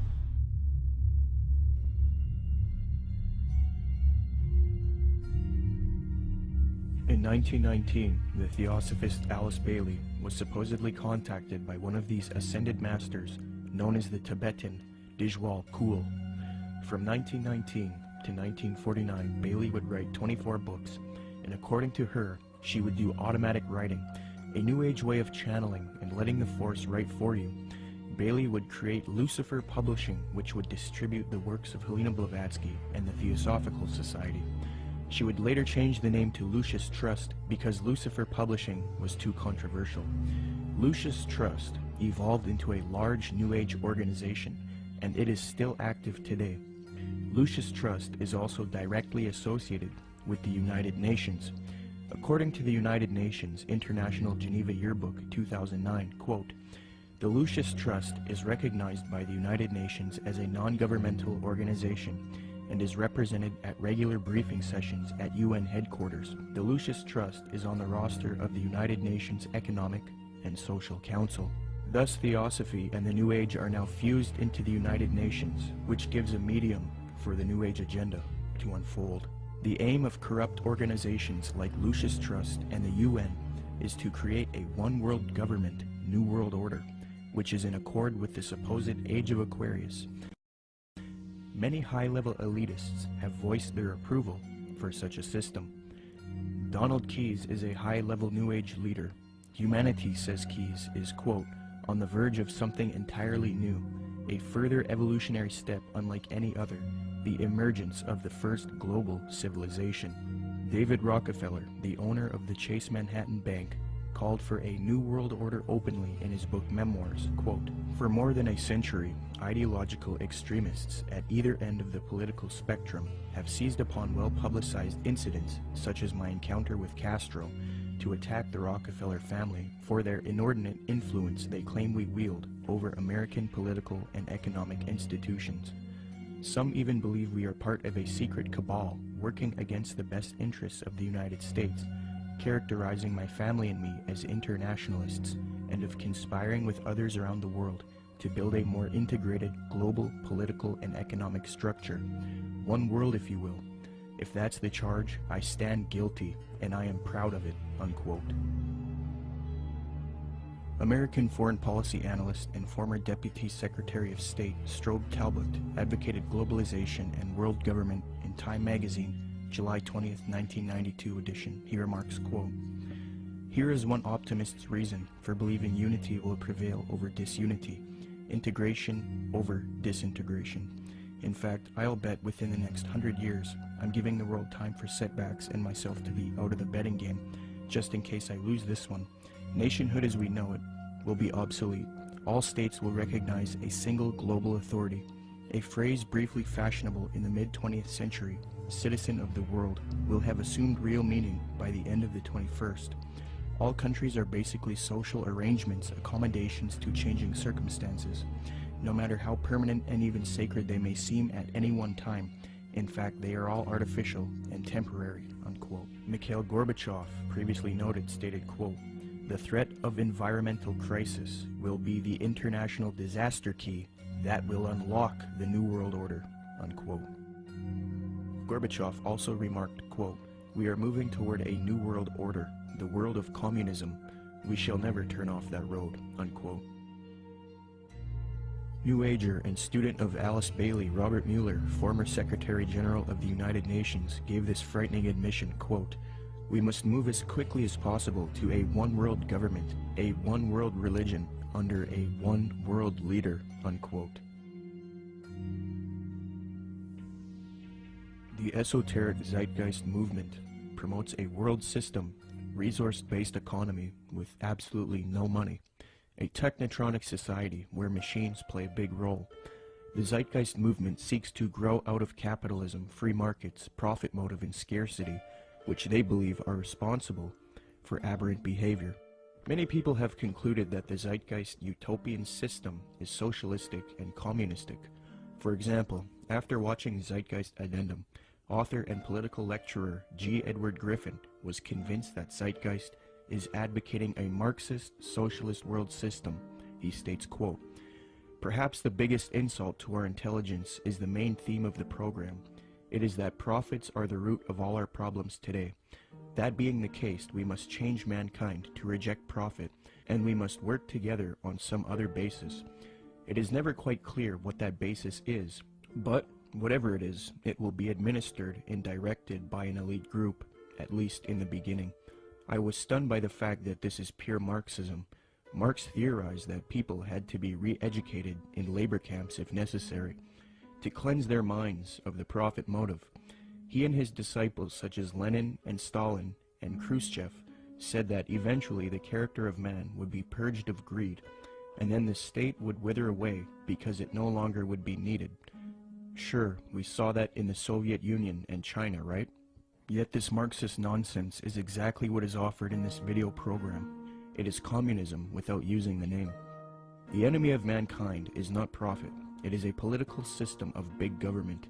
Yet this program is supportive of some of the most notable big government collectivists on the planet. Marxist-Leninists may be enemies of collectivists in Washington, D.C., but they are collectivists in their own right.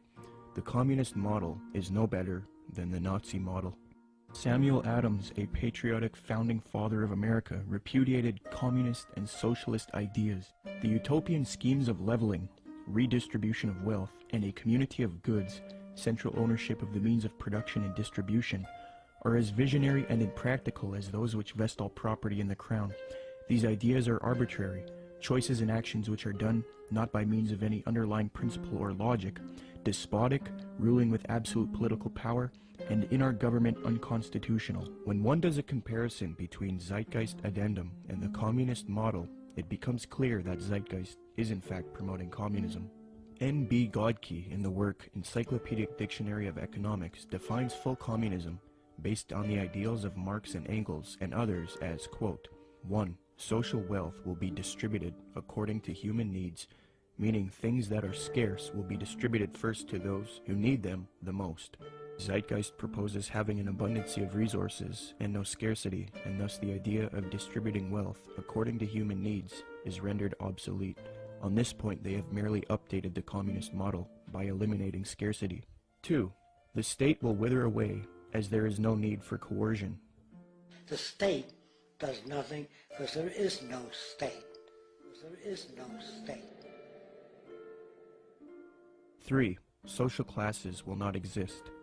Zeitgeist states, the process which has been going on for centuries, if not millennia, religion, patriotism, race, wealth, class, and every other form of arbitrary separatist identification thus conceived, has served to create a controlled population utterly malleable in the hands of the few. 4. It will be a moneyless economy. Zeitgeist's associate Jacques Fresco states the system uses no money. 5. It will be a command economy. In other words, government planners decide which goods and services are produced and how they are distributed. According to Zeitgeist, distribution of goods and services without the use of money or tokens would be accomplished by establishing distribution centers. These centers would be similar to expositions, where the advantages of new products are explained and demonstrated. Exhibition centers will display what is new and available and will constantly be updated. So as you can see, a side-by-side comparison between the communist model and the Zeitgeist model shows how similar the concepts are. The Marxist website entitled socialismoryourmoneyback.blogspot.com, after reviewing the Zeitgeist movement and their admissions, stated this on July 26, 2009, quote, "This, surely, is the same as what we call world socialism," unquote. So even the socialists will admit that the Zeitgeist movement is in fact world socialism. Adams Wass explains, quote, "Communism and the Marxist utopia of a moneyless society where products were distributed rather than sold and bought," unquote.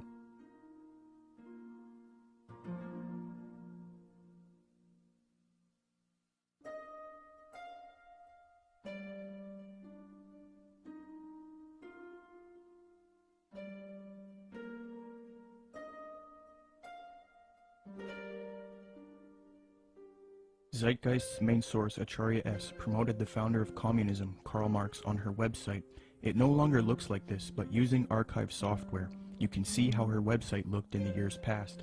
She quotes Karl Marx, defaming religion, thus showing her support of Marx and communism.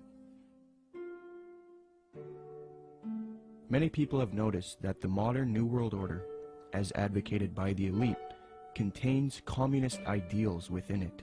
So it seems that Zeitgeist is helping the New World Order with their utopian approach rather than destroying it. They had a biblical philosophy.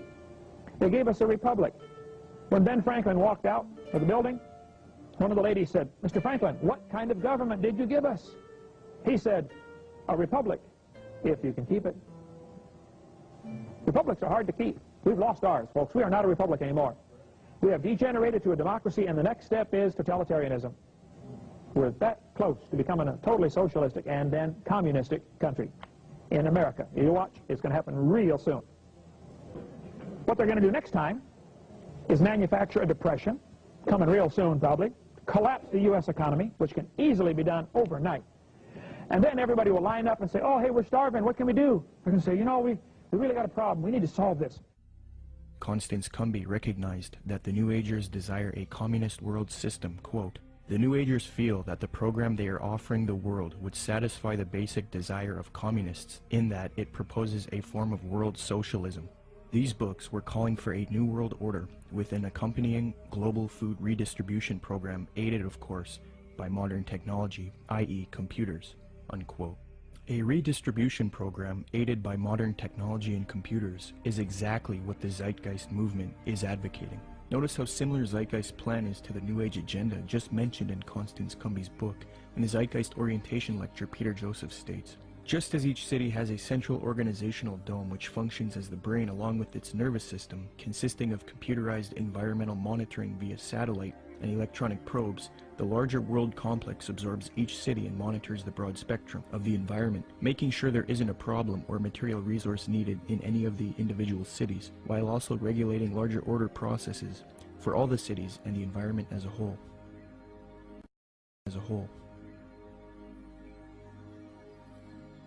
Theosophist Alice Bailey concurs, quote, "The true communist platform is sound." Thus, it is not surprising why Zeitgeist advocates a similar system, as the connection they have to Theosophy and the New Age has already been established. Zeitgeist is merely the fulfillment of the New Age agenda, yet they are not telling you that. So the Theosophists and New World Order advocates would love nothing more than for people to join the Zeitgeist movement. In fact, at 47 minutes and 25 seconds into the Zeitgeist orientation lecture, Peter Joseph cites a quotation of Carl Pearson. What is interesting is that the man that Joseph admiringly appeals to support his worldview, Carl Pearson, was a notorious eugenicist and social Darwinist who advocated war against certain races. He was a socialist and contemporary of Karl Marx. In fact, Theodore M. Porter, in his work Carl Pearson, The Scientific Life in the Statistical Age, states, quote, "Pearson's appreciation of Marx was real, especially in early 1881. In his first essay on socialism, he called Marx, quote, one of the most extraordinary characters which this century has produced," unquote. New World Order research involving lectures, radio addresses, and writing used to be conducted by people such as William Cooper, Fritz Springmeier, John Todd, Randall N. Baer, and Kent Hovind. The unifying factor in all of these people was that they were all Christians. They would expose the New World Order and its New Age Luciferian communist aims. They would promote belief in Jesus Christ and the Word of God, and tell people to resist the mystery religions of Theosophy and Freemasonry while exposing them. However, all of these men have either been murdered or framed and jailed, silenced. William Cooper was shot dead in 2001 as he was ambushed. Fritz Springmeier was framed, discredited, and jailed. Randall N. Baer had his car ran off of a mountain pass. John Todd was framed, discredited, jailed, and then murdered. Kent Hovind was singled out for tax evasion and then jailed. Okay, so Fritz Springmeier, you knew him, right? Yes. Okay, so you got some letters from him, is that? Yes, when Fritz, when they put Fritz in prison, and there's been, it was pretty much a trumped up charge of, I think marijuana or something, talk of robbing a bank, this type of stuff. He got put in prison, and I started corresponding with him at that point because I had read several of his books and actually talked to him personally on several occasions. And we really, all we could do at that point is correspond. Right. So I've got several handwritten letters from him. And the last time I had heard from him was several years back, and he had been in it wasn't his fault, and I think it might have been arranged where he was in a fight. He didn't fight back. Yeah. The guy came and he told me that he was just using his head like a soccer ball, essentially. Really? Oh, it was sad. Wow. It was sad. And Fritz, he never complained in these letters. Yeah. He never, it wasn't like he was like, oh, woe is me, I'm in prison and this or that. He always had a great attitude. He was trying to help other people in there. Yeah. I believe he had a ministry going. Amen. And, I can't say enough good about Fritz Springmeier. Now that the Christian New World Order researchers have been silenced, the truth movement has been infiltrated by people who purport to be against the New World Order, yet they advocate the New Age religion, a new utopia, and they all speak against Christianity and the Bible. The people who took over the truth movement and who are allowed to live and teach the public, such as Jordan Maxwell, Michael Tessarion, Peter Joseph, David Icke, and others, all of these people have one unifying factor. They are all strictly against Christianity, and they are all heavily associated with the New Age, Theosophy, and Freemasonry. I think Jordan Maxwell is somebody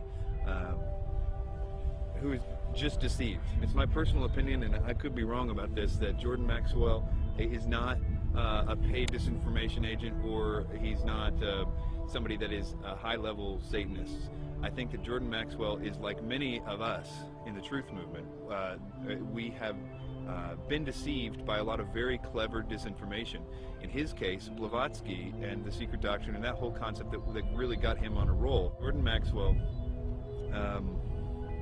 is a person who believes that the entities that he's involved with, that he had experiences with in the desert, etc., were Pleiadians. And I think that he thinks that they chose him to teach the world certain things. So in that context, it's very hard for him, or really anybody, to break free of that paradigm, because in that paradigm he gets to be this super special individual, and we all are vulnerable to that. If we have supernatural experiences where entities tell you that you are the chosen one and that you're going to do something, it's very hard not to believe them, because that's what you want. And so it's very hard, and of course, in doing so, in thinking, okay, these guys, these Pleiadians are on my side, when in actuality they're demons, they would coax him to do certain things, like he mentioned later, to go into these seances or whatever. In doing that, they can have more control over him, because they're demons and they have a system to get more control over a person. And if they do that, then he can start to be used more thoroughly by them, and he can do exactly what he promised them that he would do, to be a channel for them. And that's what his life has been about, being used, despite his probably very good intentions. He has been a tool of the New World Order.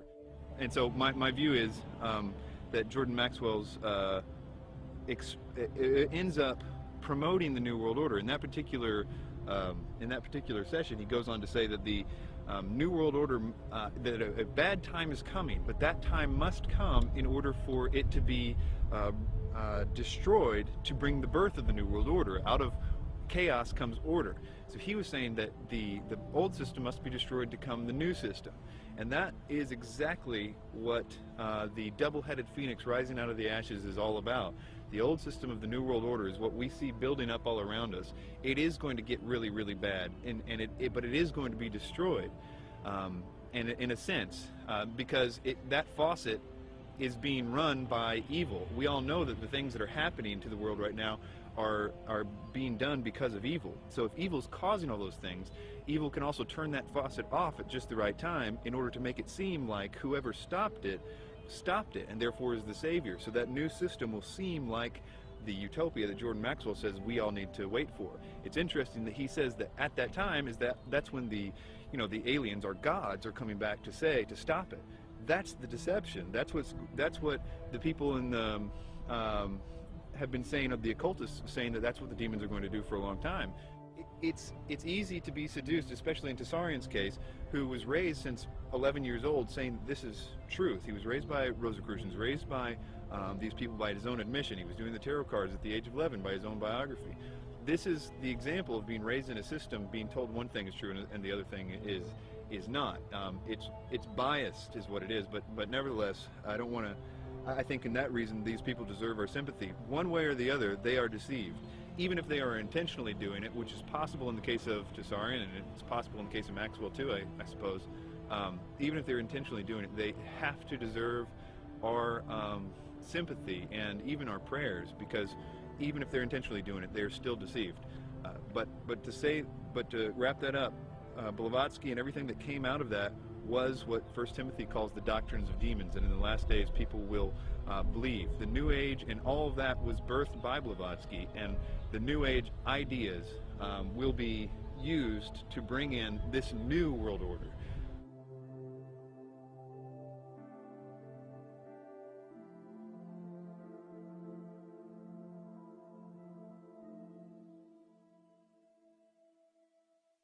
The negative impact of population growth on all of our planetary ecosystems is becoming appallingly evident. Unless nations will agree to work together to tackle these cross-border challenges posed by population growth, overconsumption of resources, and environmental degradation, the prospects for a decent life on our planet will be threatened. But this callous disregard for the right to life of every human on the face of the earth has been predicted before in the New Testament. John was moved to write, quote, "Yea, the time cometh, that whosoever killeth you will think that he doeth God's service," unquote. The New World Order, ladies and gentlemen, will sail in on a sea of blood.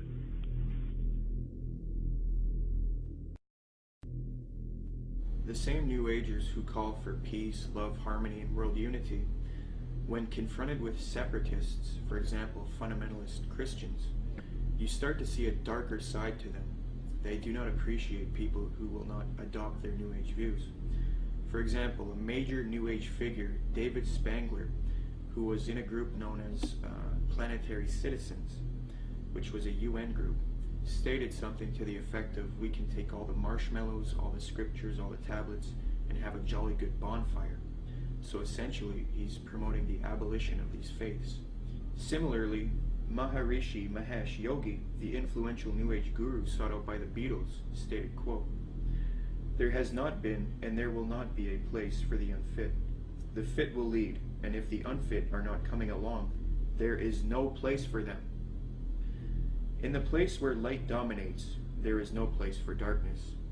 See, in his thinking, the fit are the New Agers, and the unfit are those who do not adopt the New Age beliefs. People who are, for example, fundamentalist Christians, Jews, people like this. So essentially, you see a lot of intolerance within the New Age movement. It's not all nice and dandy with these people. You know, they have the mask, they have the appearance of peace, love, harmony, but in their writings, they do come out and say that there is no place for Christians and people who do not accept their beliefs. In the Book of Co-Creation, New Age leader Barbara Marx Hubbard states, quote, "Out of the full spectrum of human personality, 1/4 is electing to transcend, 1/4 is resistant to election. They are unattracted by life ever evolving. Now as we approach the quantum shift from creature human to co-creative human, the destructive 1/4 must be eliminated from the social body. Fortunately, you, dearly beloveds, are not responsible for this act. We are. We are in charge of God's selection process for planet Earth. He selects, we destroy. We are the riders of the pale horse, death."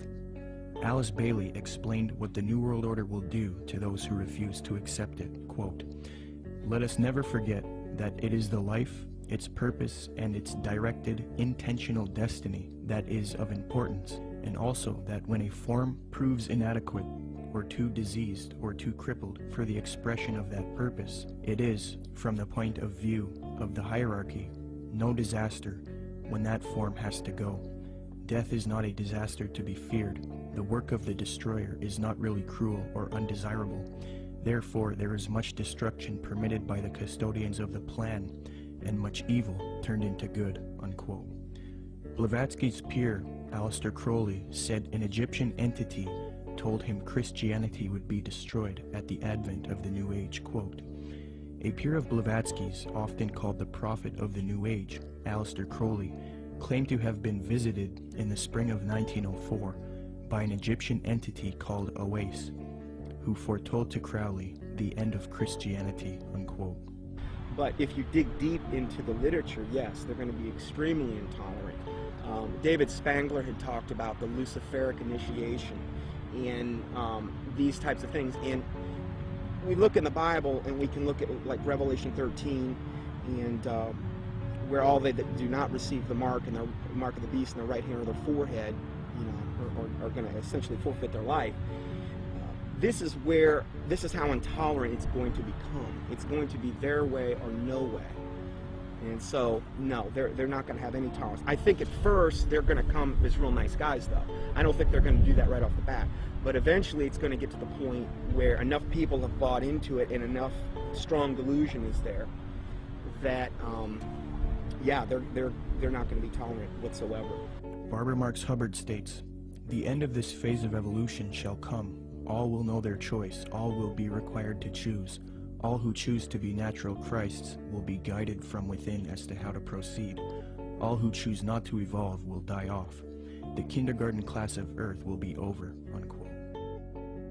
Robert Mueller, previously mentioned, states, quote, I am surprised that no one has yet thought of creating a pro-Earth, humanity-challenging organization which would put itself in the shoes of our Mother Earth and rejoice whenever humans diminish in numbers or consume less. It would give yearly prizes to people, events, or institutions which achieve a reduction of the human population or of the consumption of Earth resources.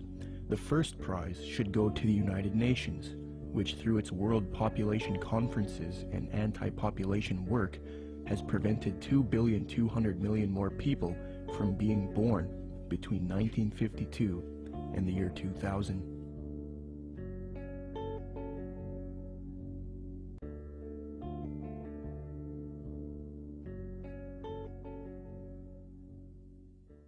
The more you look into where the 2012 ideas originated, and honestly, most of the 2012 theories are relatively new, that is, people attaching significance to the fact that the Mayan calendar ends. And almost without exception, they are by people that are channeling entities. A lot of times they say it's the Pleiadians that they're talking to, or the Syrians, or in the case of David Wilcock, it's Ra and Seth. Most of the time, what the entities are telling the people don't always match up, but they always seem to be telling the same things. And for the most part, a lot of those early people that got the information from spiritual entities were saying that it was a great cosmic enlightenment that was coming in 2012. And so that to me seems to be the most direct idea that the spirit world wants us to think, because it's oftentimes accompanied with this idea that they want the person they're telling to go out and tell more people. So 2012 became significant on the internet because people felt like it was their mission to tell other people because they were having supernatural experiences. Most of the 2012 theories will fall into one of two categories. Either they're going to be, that in 2012 there's going to be some great enlightenment. They say it's a spiritual evolution or a consciousness shift or a vibrational change or something to that effect. And the other half of it seems to be more about a cataclysmic events that are going to happen in 2012. Usually, they're based off the idea that the Mayan calendar ends or restarts in 2012. 2012 is being pushed on the public through books, documentaries, speakers, and even major motion pictures. We are meant to believe that December 21st, 2012 will either be a catastrophe for humanity or a time when there is a consciousness enlightenment and a world shift, a time when humanity evolves. However, when you consult the scholars who study the Mayan calendar, they don't seem to support these views at all. University of Florida anthropologist Susan Gillespie says the 2012 phenomena comes from the media and from other people making use of the Maya past to fulfill agendas that are really their own. Despite the publicity generated by the 2012 date, Susan Milbrath, curator at Latin American Art and Archaeology at the Florida Museum of Natural History, stated that, quote, "We, the archaeological community, have no record or knowledge that the Maya would think the world would come to an end in 2012. I think probably the most significant reason that all of them are wrong is because what they say that is going to happen in 2012 isn't. That is, although the Mayan calendar might be ending, there is no galactic alignment, whether it be the Earth actually won't be aligning with the center of the galaxy in the sense, and that actually won't happen for another 30 million years. So, and even if it was, there's no necessarily any evidence that anything would happen, but it's really a moot point because there isn't anything happening. Secondly, there is no actual alignment of the planets. It's another thing that people are saying is going to cause the enlightenment or the catastrophes. And this goes on and on. It's the same thing with the solar flares. It's the same thing with Planet X or Nibiru, or all those things aren't happening. And it's very interesting how you actually can go point by point and find out that each one of those supposed catalysts aren't true. Sandra Noble, Executive Director of the Foundation for the Advancement of Mesoamerican Studies in Crystal River, Florida, states, "To render December 21st, 2012 as a doomsday event or a moment of cosmic shifting," she says, "is a complete fabrication and a chance for a lot of people to cash in," unquote. Many people are indeed cashing in because of the 2012 hysteria, but the reason 2012 is being pushed on the public so much is because it is in 2012 when the elite occultists and the New Age advocates plan to usher in the Age of Aquarius one-world system. Siri Data points out that the New Age consensus is that the Age of Aquarius one-world system will be ushered in 2012. Quote, "It is generally agreed that the actual time that we enter the Age of Aquarius will be 2012. Unquote. Could this whole 2012 concept be propaganda to get people to accept the Age of Aquarius in 2012? Eugene Gallagher likewise notes that the supposed Age of Aquarius is expected to arrive in 2012. Quote, "The term New Age is most closely correlated with the astrological idea that we are about to enter a new age, the Age of Aquarius, which will arrive around 2012, unquote. Michael P. Mao states, "Yet 2012 does not mark the end of the world as oft predicted, but the birth of a new golden era, popularly known on the Earth plane as the Age of Aquarius," unquote. Dr. C. L. Pepler explains the New Age view that 2012 is the start of the Age of Aquarius. Quote, "They believe the next age will start around AD 2012 and will be the Age of Aquarius. This, they say, will be an age of enlightenment and world unity, a post-Christian world in the fullest sense of the word," unquote. 2012 is a clever deception to get you to accept the Age of Aquarius, New World Order, under the mask of a Mayan prophecy. In fact, the elite New World Order at the top of the pyramid want the public to believe in 2012, thus proving that they are behind this propaganda. The Club of Rome, by its own admission, is a globalist think tank. The aim of this organization, founded by Erwin Laszlo, is to solve the world's problems and erect a solution, a new world order, one world government, the same theme we have been talking about in the film. On January 31st, 2009, the Club of Rome held the Future of the American Hemisphere Conference. Francesco Stippo kicked the conference off with a speech. Francesco Stippo is a member of the U.S. Club of Rome. He authored the book World Federalist Manifesto, Guide to Political Globalization, where he states, quote, "Political globalization is the creation of a world government which regulates the relationships among governments." Well, founder of the Club of Rome, Erwin Laszlo, along with popular New Age author and student of Jiddu Krishnamurti, Deepak Chopra, along with globalist Mikhail Gorbachev, have all authored a book together entitled World Shift 2012. This book advocates the 2012 theories extensively, so it appears that the elite have vested interest in this 2012 hysteria, and they want the public to accept it. Erwin Laszlo's Club of Rome founded another spin-off organization called the Club of Budapest. Now, it is this elite organization, the Club of Budapest, which is promoting 2012 and the New Age ascension beliefs to the public. New Age members of the Club of Budapest include Robert Mueller, former General Secretary of the UN, and Barbara Marx Hubbard, who stated, quote, "We have been projecting the transformation in 2012. It is happening now," unquote. Founder of the Club of Budapest, Erwin Laszlo, is also featured on the Pro-2012 Ascension website, worldshift2012.org. This website heavily promotes the idea that the world is about to end in 2012 if there isn't a transformation based on consciousness resulting in a new global order. Under the Partners section of the website, the State of the World Forum, which Zeitgeist is connected to, is listed on the site. This ties the New World Order to 2012 in that the 2012 hysteria is being pushed by the New World Order to the public to rally humanity together for a one-world government. Under the endorsement section of the worldshift2012.org site, Mikhail Gorbachev is also listed. Mikhail Gorbachev, the Communist New World Order advocate. Thus, it is quite clear that the global elite want people to believe in 2012 so that they can achieve their Age of Aquarius one-world system, which they now claim will emerge in 2012. It's a very clever deception that a lot of people have fallen for. Will anything happen in 2012? Maybe. Will it have to do with any prophecy of Maya? No. If anything does happen, it will be the New World Order who engineers it and ushers in their global system.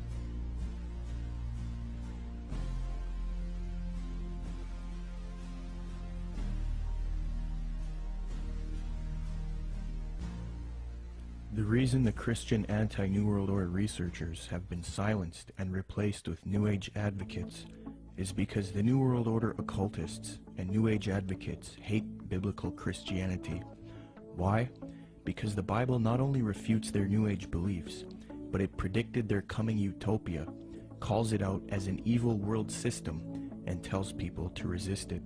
First, in the Apostle Paul's first letter to Timothy, he warns of these supposed ascended masters who will deceive people with false doctrines. Quote, "The Spirit clearly says that in later times some will abandon the faith and follow deceiving spirits and things taught by demons. Such teachings come through hypocritical liars, whose consciences have been seared as with a hot iron." Paul also predicts the New Age movement, quote, "For the time will come when men will not put up with sound doctrine. Instead, to suit their own desires, they will gather around them a great number of teachers to say what their itching ears want to hear.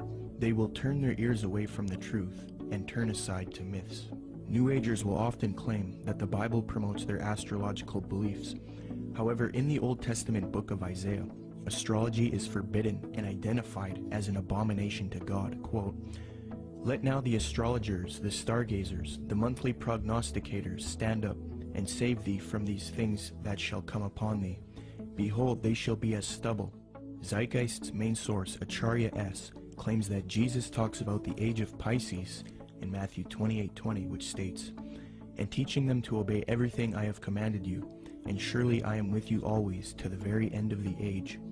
However, although the zodiac was around in 1st century Palestine, the age concept was not around yet, so the biblical writers could not have been referencing the astrological age. Dr. Noel Swerdlow, professor of astronomy and astrophysics at the University of Chicago, states, "Within which group of stars the vernal equinox was located was of no astrological significance at all. The modern ideas about the age of Pisces or the age of Aquarius are based upon the location of the vernal equinox in the regions of the stars of those constellations. So when this woman says that the Christian fish was a symbol of the coming age of Pisces, she is saying something that no one would have thought of in antiquity." Unquote. When Matthew 28:20 talks about the end of the age, or in Greek, the end of the eon, he is not talking about astrological ages, as this concept was not around yet. The age referred to is that of Jewish understanding. As J.P. Holding remarks, quote, "Zeitgeist is correct that when Jesus refers to the end of the eon, he doesn't mean the end of the world. However, he is also not speaking of the astrological age of Pisces. Rather, in the 1st century Jewish thought, there was an awareness of the current age, Ha-Alom Ha-Zeh, and the age to come, Ha-Alom Ha-Ba. The distinction between the two appears both in the New Testament and in other Jewish writings. This has nothing to do with astrology." Unquote. Zeitgeist merely tried to deceive the public into the New Age worldview by distorting the biblical data, which actually condemns astrology.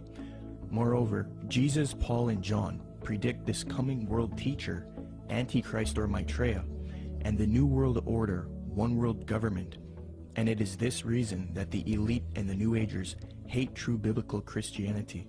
Paul writes in 2 Thessalonians, quote, "That you not be quickly shaken from your composure or be disturbed either by a spirit or a message or a letter as if it is from us, to the effect that the day of our Lord has come. Let no one in any way deceive you, for it will not come unless the apostasy comes first, and the man of lawlessness is revealed, the son of destruction, who opposes and exalts himself above every so-called God or object of worship, so that he takes his seat in the temple of God, displaying himself as being God.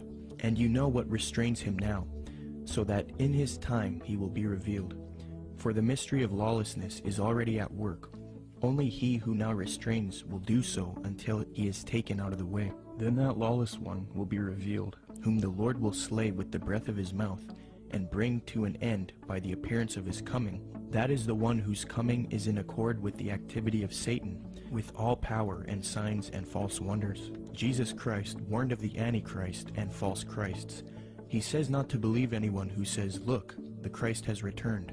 For Jesus Christ's real glorious second coming comes after the false Christ or Antichrist deceives the world."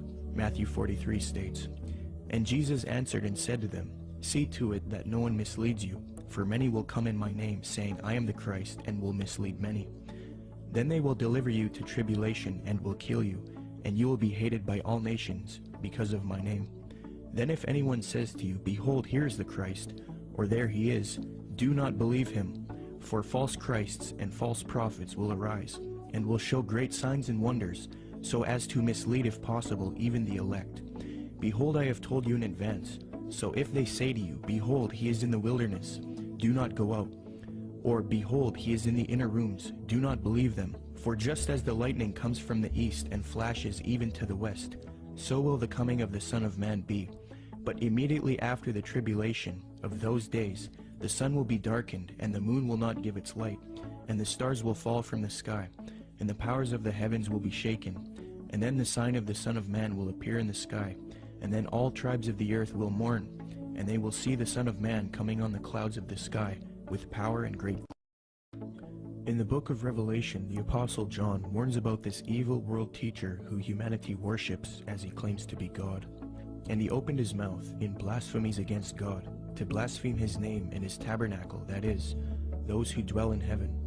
It was also given to him to make war with the saints and to overcome them, and authority over every tribe and people and tongue and nation was given to him. All who dwell on the earth will worship him, everyone whose name has not been written from the foundation of the world in the book of life of the Lamb who has been slain. And he causes all, the small and the great, the rich and the poor, and the free men and the slaves, to be given a mark on the right hand or their forehead. And he provides that no one will be able to buy or sell, except the one who has the mark, either the name of the beast or the number of his name. Here is wisdom. Let him who has understanding calculate the number of the beast, for the number is that of a man, and his number is 666. John then talks about how the leaders of the world will form a one-world system and give authority to the Antichrist, or false world teacher. Quote, The 10 horns which you saw were 10 kings who have not yet received a kingdom, but they receive authority as kings with the beast for 1 hour. These have one purpose, and they give their power and authority to the beast. These will wage war against the Lamb, and the Lamb will overcome them, because he is Lord of lords and King of kings, and those who are with him are called and chosen and faithful. So if this Maitreya is real, and if he has the support of the New World Order, and if he plays a role in the coming world system, there is a high potential that he is in fact the Antichrist. We will have to wait and see. The Bible talks about how the real Lord Jesus Christ will return after this world system is created, and this world teacher deceives the planet. Revelation 6 says, Then the kings of the earth, the princes, the generals, the rich, the mighty, and every slave and every free man, hid in the caves among the rocks of the mountains. They called to the mountains and the rocks, Fall on us and hide us from the face of him who sits on the throne and from the wrath of the Lamb. For the great day of their wrath has come, and who can stand? The time that it's talking about in the Bible is actually going to be a time when the world is going to be extremely happy to be in this new system. And that includes people that right now think that they know all about the New World Order and all this stuff. Those people, included with the rest of the world, are going to be happy with being in the new system. What the Bible describes as something that is almost impossible to believe, in the sense that people are going to give their worship. These are politically correct people are going to give their worship to a man. That something is going to happen to cause them to worship a man, and that is something we're not ready for. It's something that political leaders don't right now do miracles, for the most part. Right. The whole concept requires new input. Something different has to happen. And I think that when you look at what the New Age is saying, what they say is going to happen, what every movie is talking about right now, this idea that there is a new rebirth coming, a new age is going to be supernatural, that the aliens are going to come back, and all these concepts that if it really happened, we would be, many things would happen, not the least of which would be that we would, as a world, start to be believing in some new sort of doctrine, namely that God doesn't exist, but that we are gods ourselves. And the way that would function is that, well, here are aliens, and they were just like us at one time, and we're going to evolve like them and be more like them. That inherent in that is the idea that we are also gods. The message that the New Age elite don't want you to know is that there is one God, And 2,000 years ago, he entered into creation as Jesus Christ, lived a perfect sinless life, and willingly died on the cross to pay for our sin. And if we accept Jesus Christ into our heart as Lord and repent of our sin, then we are spiritually saved forever. It is this message that the New Agers hate and want to stamp out. But if you realize that the New Age and the New World Order doctrine is a lie and an abomination, and if you want true salvation and the power to stand with Christ against this coming system, say this prayer with me and become a true child of God. Lord Jesus Christ, I ask you to come into my heart as Lord. I accept what you did for me on the cross, dying for my sin. I repent of my sin and I wish to live a life for you, following your teachings found in the New Testament. Please forgive me of my wicked ways and transform me into a child of God. I pray in Jesus' mighty name, amen. Come, Lord Jesus.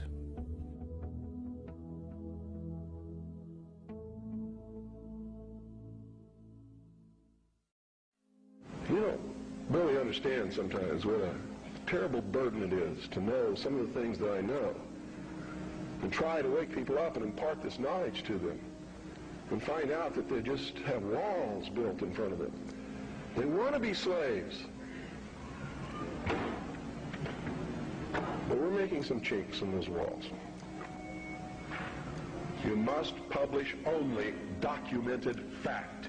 And you must stay away from printing articles from people who will not document as fact what they put in their articles.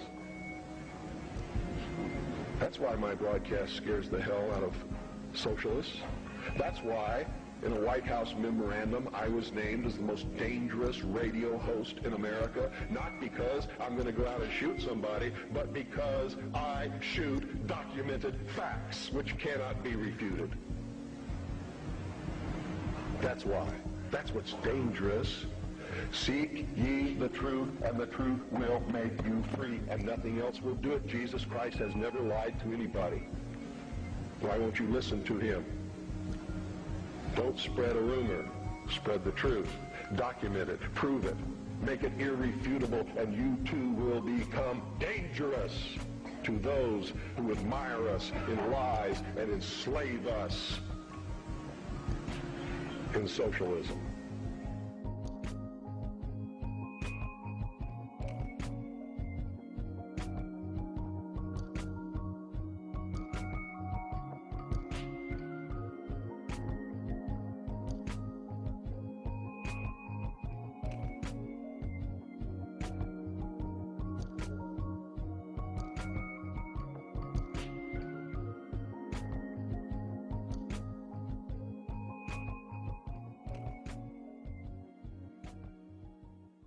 The age of Aquarius, ending duality, Oprah the secret, and Eckhart Tolle preach what will bring in a new age reality based in traditions of pagan theosophy, bound to be thousands of offshoots of Crowley, students of Alice C. Bailey who follow the lies of Helena Blavatsky, radically altering, changing the pages of history, laying the groundwork forged by the tools of Lucifer, paving the way for the United Nations, a slow preparation, patiently waiting since the creation. The Garden of Eden, a planet whose placement in time is persuaded by aliens, outside invasions, abductions, and cow mutilations, creating an atmosphere ripe for the picking with movies and Hollywood implanting trickery, mastery over the masses. The whole world collapses in panic, all desperate for someone to save them. Obey anyone that will answer their questions. The savior of sorts, a new age messiah. The wolf in sheep's clothing is what will transpire. The mayhem is out of control.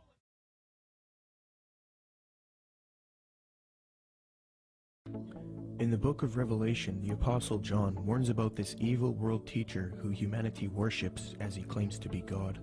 And he opened his mouth in blasphemies against God, to blaspheme his name and his tabernacle, that is, those who dwell in heaven.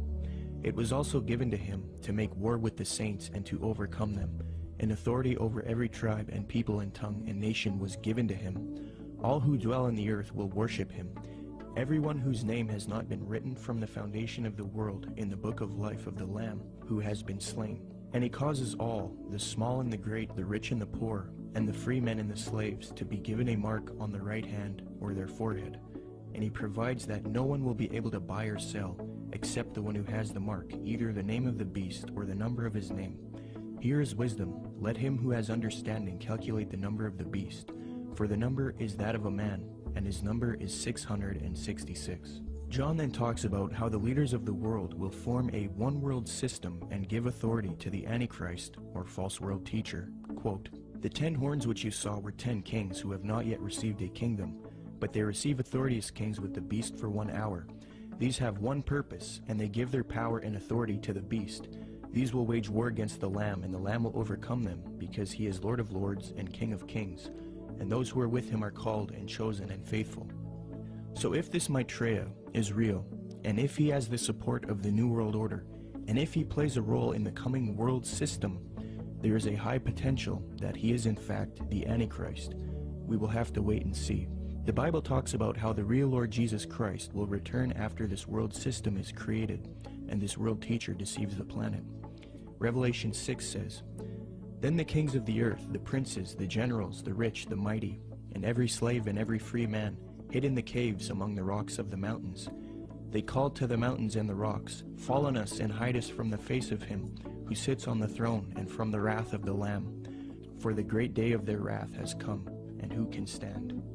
The time that it's talking about in the Bible is actually going to be a time when the world is going to be extremely happy to be in this new system. And that includes people that right now think that they know all about the New World Order and all this stuff. Those people, included with the rest of the world, are going to be happy with being in the new system. What the Bible describes is something that is almost impossible to believe, in the sense that people are going to give their worship. These are politically correct people are going to give their worship to a man. That something is going to happen to cause them to worship a man, and that is something we're not ready for. It's something that political leaders don't right now do miracles, for the most part. Right. The whole concept requires new input. Something different has to happen. And I think that when you look at what the New Age is saying, what they say is going to happen, what every movie is talking about right now, this idea that there's a new rebirth coming, a New Age is going to be supernatural, that the aliens are going to come back, and all these concepts that if it really happened, we would be, many things would happen, not the least of which would be that we would, as a world, start to be believing in some new sort of doctrine, namely that God doesn't exist, but that we are gods ourselves. And the way that would function is that, well, here are aliens, and they were just like us at one time, and we're going to evolve like them and be more like them. That inherent in that is the idea that we are also gods. The message that the New Age elite don't want you to know is that there is one God, and 2,000 years ago, he entered into creation as Jesus Christ, lived a perfect, sinless life, and willingly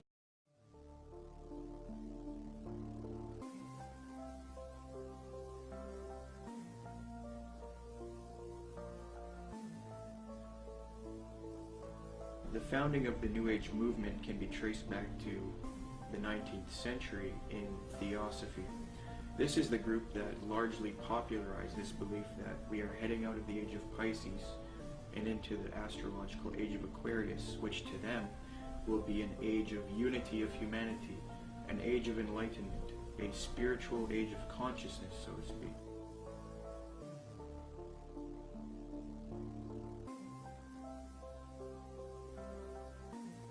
It's very clear, yes, there's going to be a one world, political, economic, religion, and this is what all the globalists, the elite, the high-level occultists, the high-level New World Order people, this is what they're wanting. This is what the Bible pretty much clearly predicts as well. And this is obviously what we're moving to. The Freemason and One World Government advocate Zbigniew Brzezinski said the following in his work Between Two Ages, quote, "The technotronic era involves the gradual appearance of a more controlled society. Such a society would be dominated by an elite, unrestrained by traditional values. Soon it will be possible to assert almost continuous surveillance over every citizen and maintain up-to-date complete files containing even the most personal information about the citizen. This admitted New World Order agenda to create a one-world government that rules over humanity is not only political, it is also spiritual and based on what is known as the New Age. This can be verified with irrefutable documentation. Most of the Christians doing this kind of work have been silenced, so I set out across the border to speak to the few researchers that are still left. There are not many researchers left who have not been deceived by the New Age. Speaking with these people helped confirm my position even more. The New World Order exists. The elite are occultists who adhere to New Age doctrines, and they are responsible for this new trend of discrediting Christianity, Jesus Christ, and the Christian New World Order researchers. There is a voluminous amount of data that I have obtained in my research on this subject, but after watching this production, do not believe me. Don't believe a word of what I'm saying. Do your own independent research and verify this for yourself.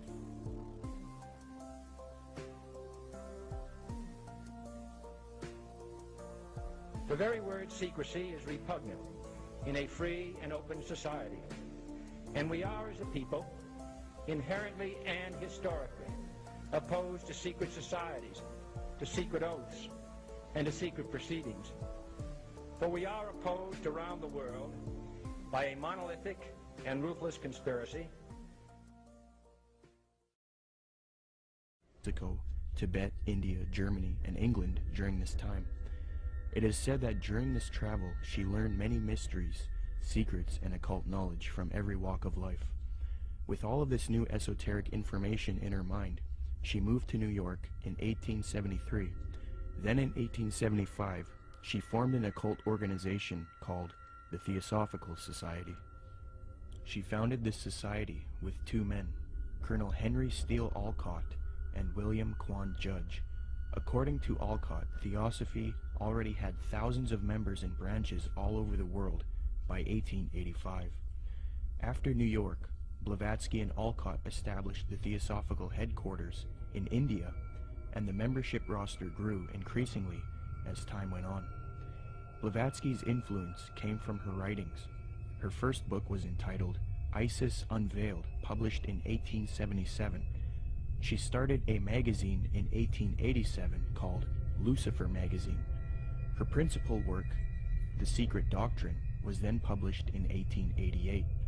She then wrote The Key to Theosophy and The Voice of Silence. These works are now famous, and contained in these writings are the doctrines that helped mold the New Age movement to what it is today. It is said that part of Blavatsky's book, The Secret Doctrine, was channeled to her through an ascended master or highly evolved being called Kuthumi, who spoke to her. Belief in these ascended masters who communicate to humanity is very crucial when studying the New Age. We will look at that doctrine later. The age concept that says humanity is leaving the age of Pisces and entering the golden era or age of Aquarius was popularized by Blavatsky. She taught Theosophists, at any rate, some of them who understand the hidden meaning of the universally expected avatars, messiahs, socioshis, and Christs, know that it is no end of the world, but the consummation of the age, i.e. the close of a cycle, which is now fast approaching. Again, the messianic cycle of the man connected with Pisces. It is a cycle, historical, and not very long, but very occult, lasting about 2,155 solar years. It occurred 2,410 and 255 BC, or when the equinox entered into the sign of Ram, and again into that of Pisces. When it enters in a few years the sign of Aquarius, psychologists will have some extra work to do, and the psychic idiosyncrasies of humanity will enter on a great change.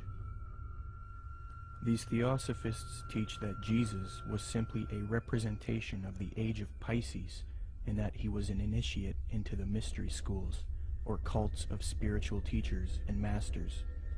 They teach people that the new age of Aquarius is going to be that of a utopia, where the world unites into a one-world system, the exiting out of Jesus' age, and the entering into a new world teacher's age. They say each age is accompanied by a great world teacher, be it Buddha, Jesus, etc.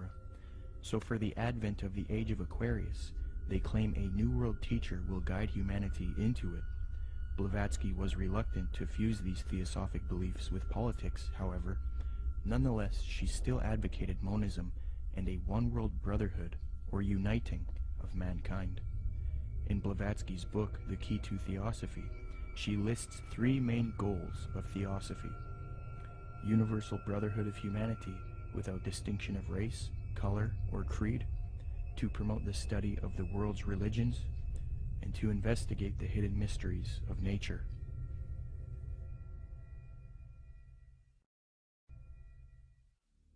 As time went on, theosophy got very popular. Many prominent figures would join the Theosophical Society from all over the world, and many popular doctrines of today's New Age movement would be molded and shaped by them.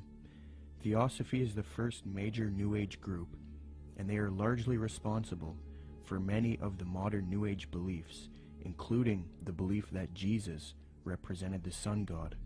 After studying the occult and the esoteric in depth, I have come to the conclusion that the Zeitgeist movement and the Zeitgeist films are based on Theosophy, Freemasonry, and the New Age. For those who are unfamiliar, in 2007, a man named Peter Joseph released a film called Zeitgeist. This film received millions of views on the internet and became very popular. Then in 2008, Zeitgeist Addendum, the sequel, came out. From there, Peter Joseph established the Zeitgeist movement. Whether Zeitgeist was a film that was intended by Peter Joseph or whoever was behind it to be what it ended up being, I don't know. But I can say that the message that's being expressed by Zeitgeist is without a doubt the most clear depiction of the mystery school ideology. And it's done in such a way to be, it's kind of what I've described as a sort of mystery schools for dummies. It's a way to get people that normally wouldn't be setting foot to any various secret societies. It's a way to indoctrinate them and get them to believe in the same sort of elitist mindset without having to go through any particular initiation. It's also usually accompanied with the idea of pride. That is that the people believe that what they believe is only for a select few, and that sort of has this way of sticking with them, and that nobody believes what I believe, and so it's sort of this elitist mindset that comes with that as well. Here's the way they look at it. Here's their metaphor. Adam and Eve were held prisoner in the Garden of Eden by an unjust, cruel, and vindictive God.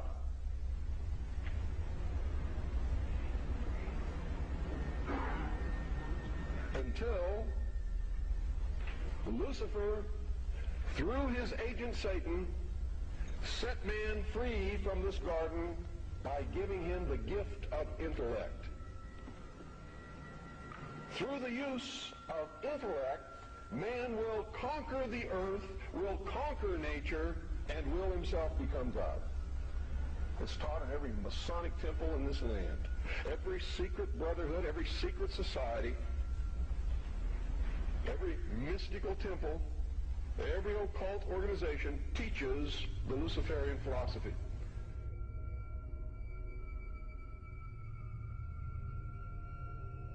To understand the New World Order and the New Age worldview, we must go back into history and examine its origins. But first we must define our terms. By New Age, I am speaking about a worldview that has many facets and components, such as astrological and zodiacal beliefs in the New Age concept, channeling higher powers to achieve knowledge, meditation, the belief that all is one, or forms of monism, the belief that we can attain godhood, esotericism, or in other words, reinterpreting ancient texts to find hidden meanings and unify all religious belief into one, the belief that we need a one-world system for the coming age of Aquarius. By New World Order, I am talking about a political agenda to create a one-world system, one-world government, one-world economy, unity of humanity into one organism, control over humanity, and submission of the masses. But today, the largest countries of the world have agreed a global plan for recovery and reform. I think a new world order is emerging, and with it the foundations of a new and progressive era of international cooperation. To understand what is going on today with respect to the New World Order and the New Age movement, we must have recourse to the 19th century organization called the Theosophical Society. This organization in particular, among others, is largely responsible for the modern New Age movement and the political doctrine known as the New World Order. The founder of this organization was a woman named Helena Petrovna Blavatsky. Born August 12, 1831, Helena Blavatsky was very interested early in her life in the supernatural and the mythological. From 1848 to 1858, Blavatsky would travel the world to ascertain an understanding of the religious traditions of the world. She claimed to have traveled to South America, Egypt, Canada, France, Greece, Mexico. The first Zeitgeist film was divided into 3 sections. The second section was about 9/11 being an inside job. The third section was about the corruption of the Federal Reserve. I have no real issue with the last 2 sections, but since the release of the first Zeitgeist film, Peter Joseph, the creator, has distanced himself from the 9/11 issue altogether.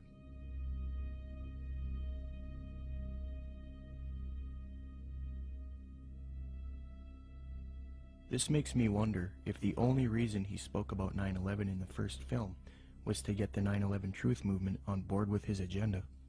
The first section of the film is what I have an issue with. Contained in this section is the modern belief system of the New Age movement, the Theosophical Society, and Freemasonry. With the Zeitgeist, it's, Satan's good at what he does, bottom line. And the first one, what they do is they come right out and in the first segment, I think like the first 38 minutes, they just go after Jesus Christ, his deity. Basically what they try to do is convince everyone that Jesus Christ is just a knockoff of Horus and a lot of the other pagan deities, and they try to draw all these parallels and similarities. These parallels and similarities have all been debunked by Bible scholars and things. In fact, I think there's even a couple challenges up on the internet, the Zeitgeist Challenge, where they offer money if they can actually. So they've been debunked. I've done, oh my word, I don't know how many teachings debunking both movies. But if somebody were to see that for the first time and not know any different, oh hey, it sounds convincing, sounds, this or that. And so what they've got to do is discredit the Word of God, the deity of Jesus Christ. As Theosophy grew, it produced influential figures such as Annie Wood Besant, born October 1st, 1847. She was a Marxist and a socialist. Besant was so inclined towards socialism that she defended it in public debates. One such debate was conducted between her and a man by the name of G.W. Foote, a secularist who supported republicanism. The debate was held at the Hall of Science on February 2nd, 9th, 16th, and 23rd, 1887, a 4-night debate series. The title of the debate was, "Is Socialism Sound?" Angelique Richardson and Chris Willis from the University of London Institute for English Studies, when commenting on Besant's worldview, note, quote, "The socialist feminist Annie Besant joined the Marxist-based Social Democrat Federation, SDF, in the 1880s. Annie Besant met the founder of Theosophy, Helena Blavatsky, in 1890, and she quickly read Blavatsky's material. Besant recorded her first acquaintance with Blavatsky. She wrote, quote, "I was standing with my hand in her firm grip and looking for the first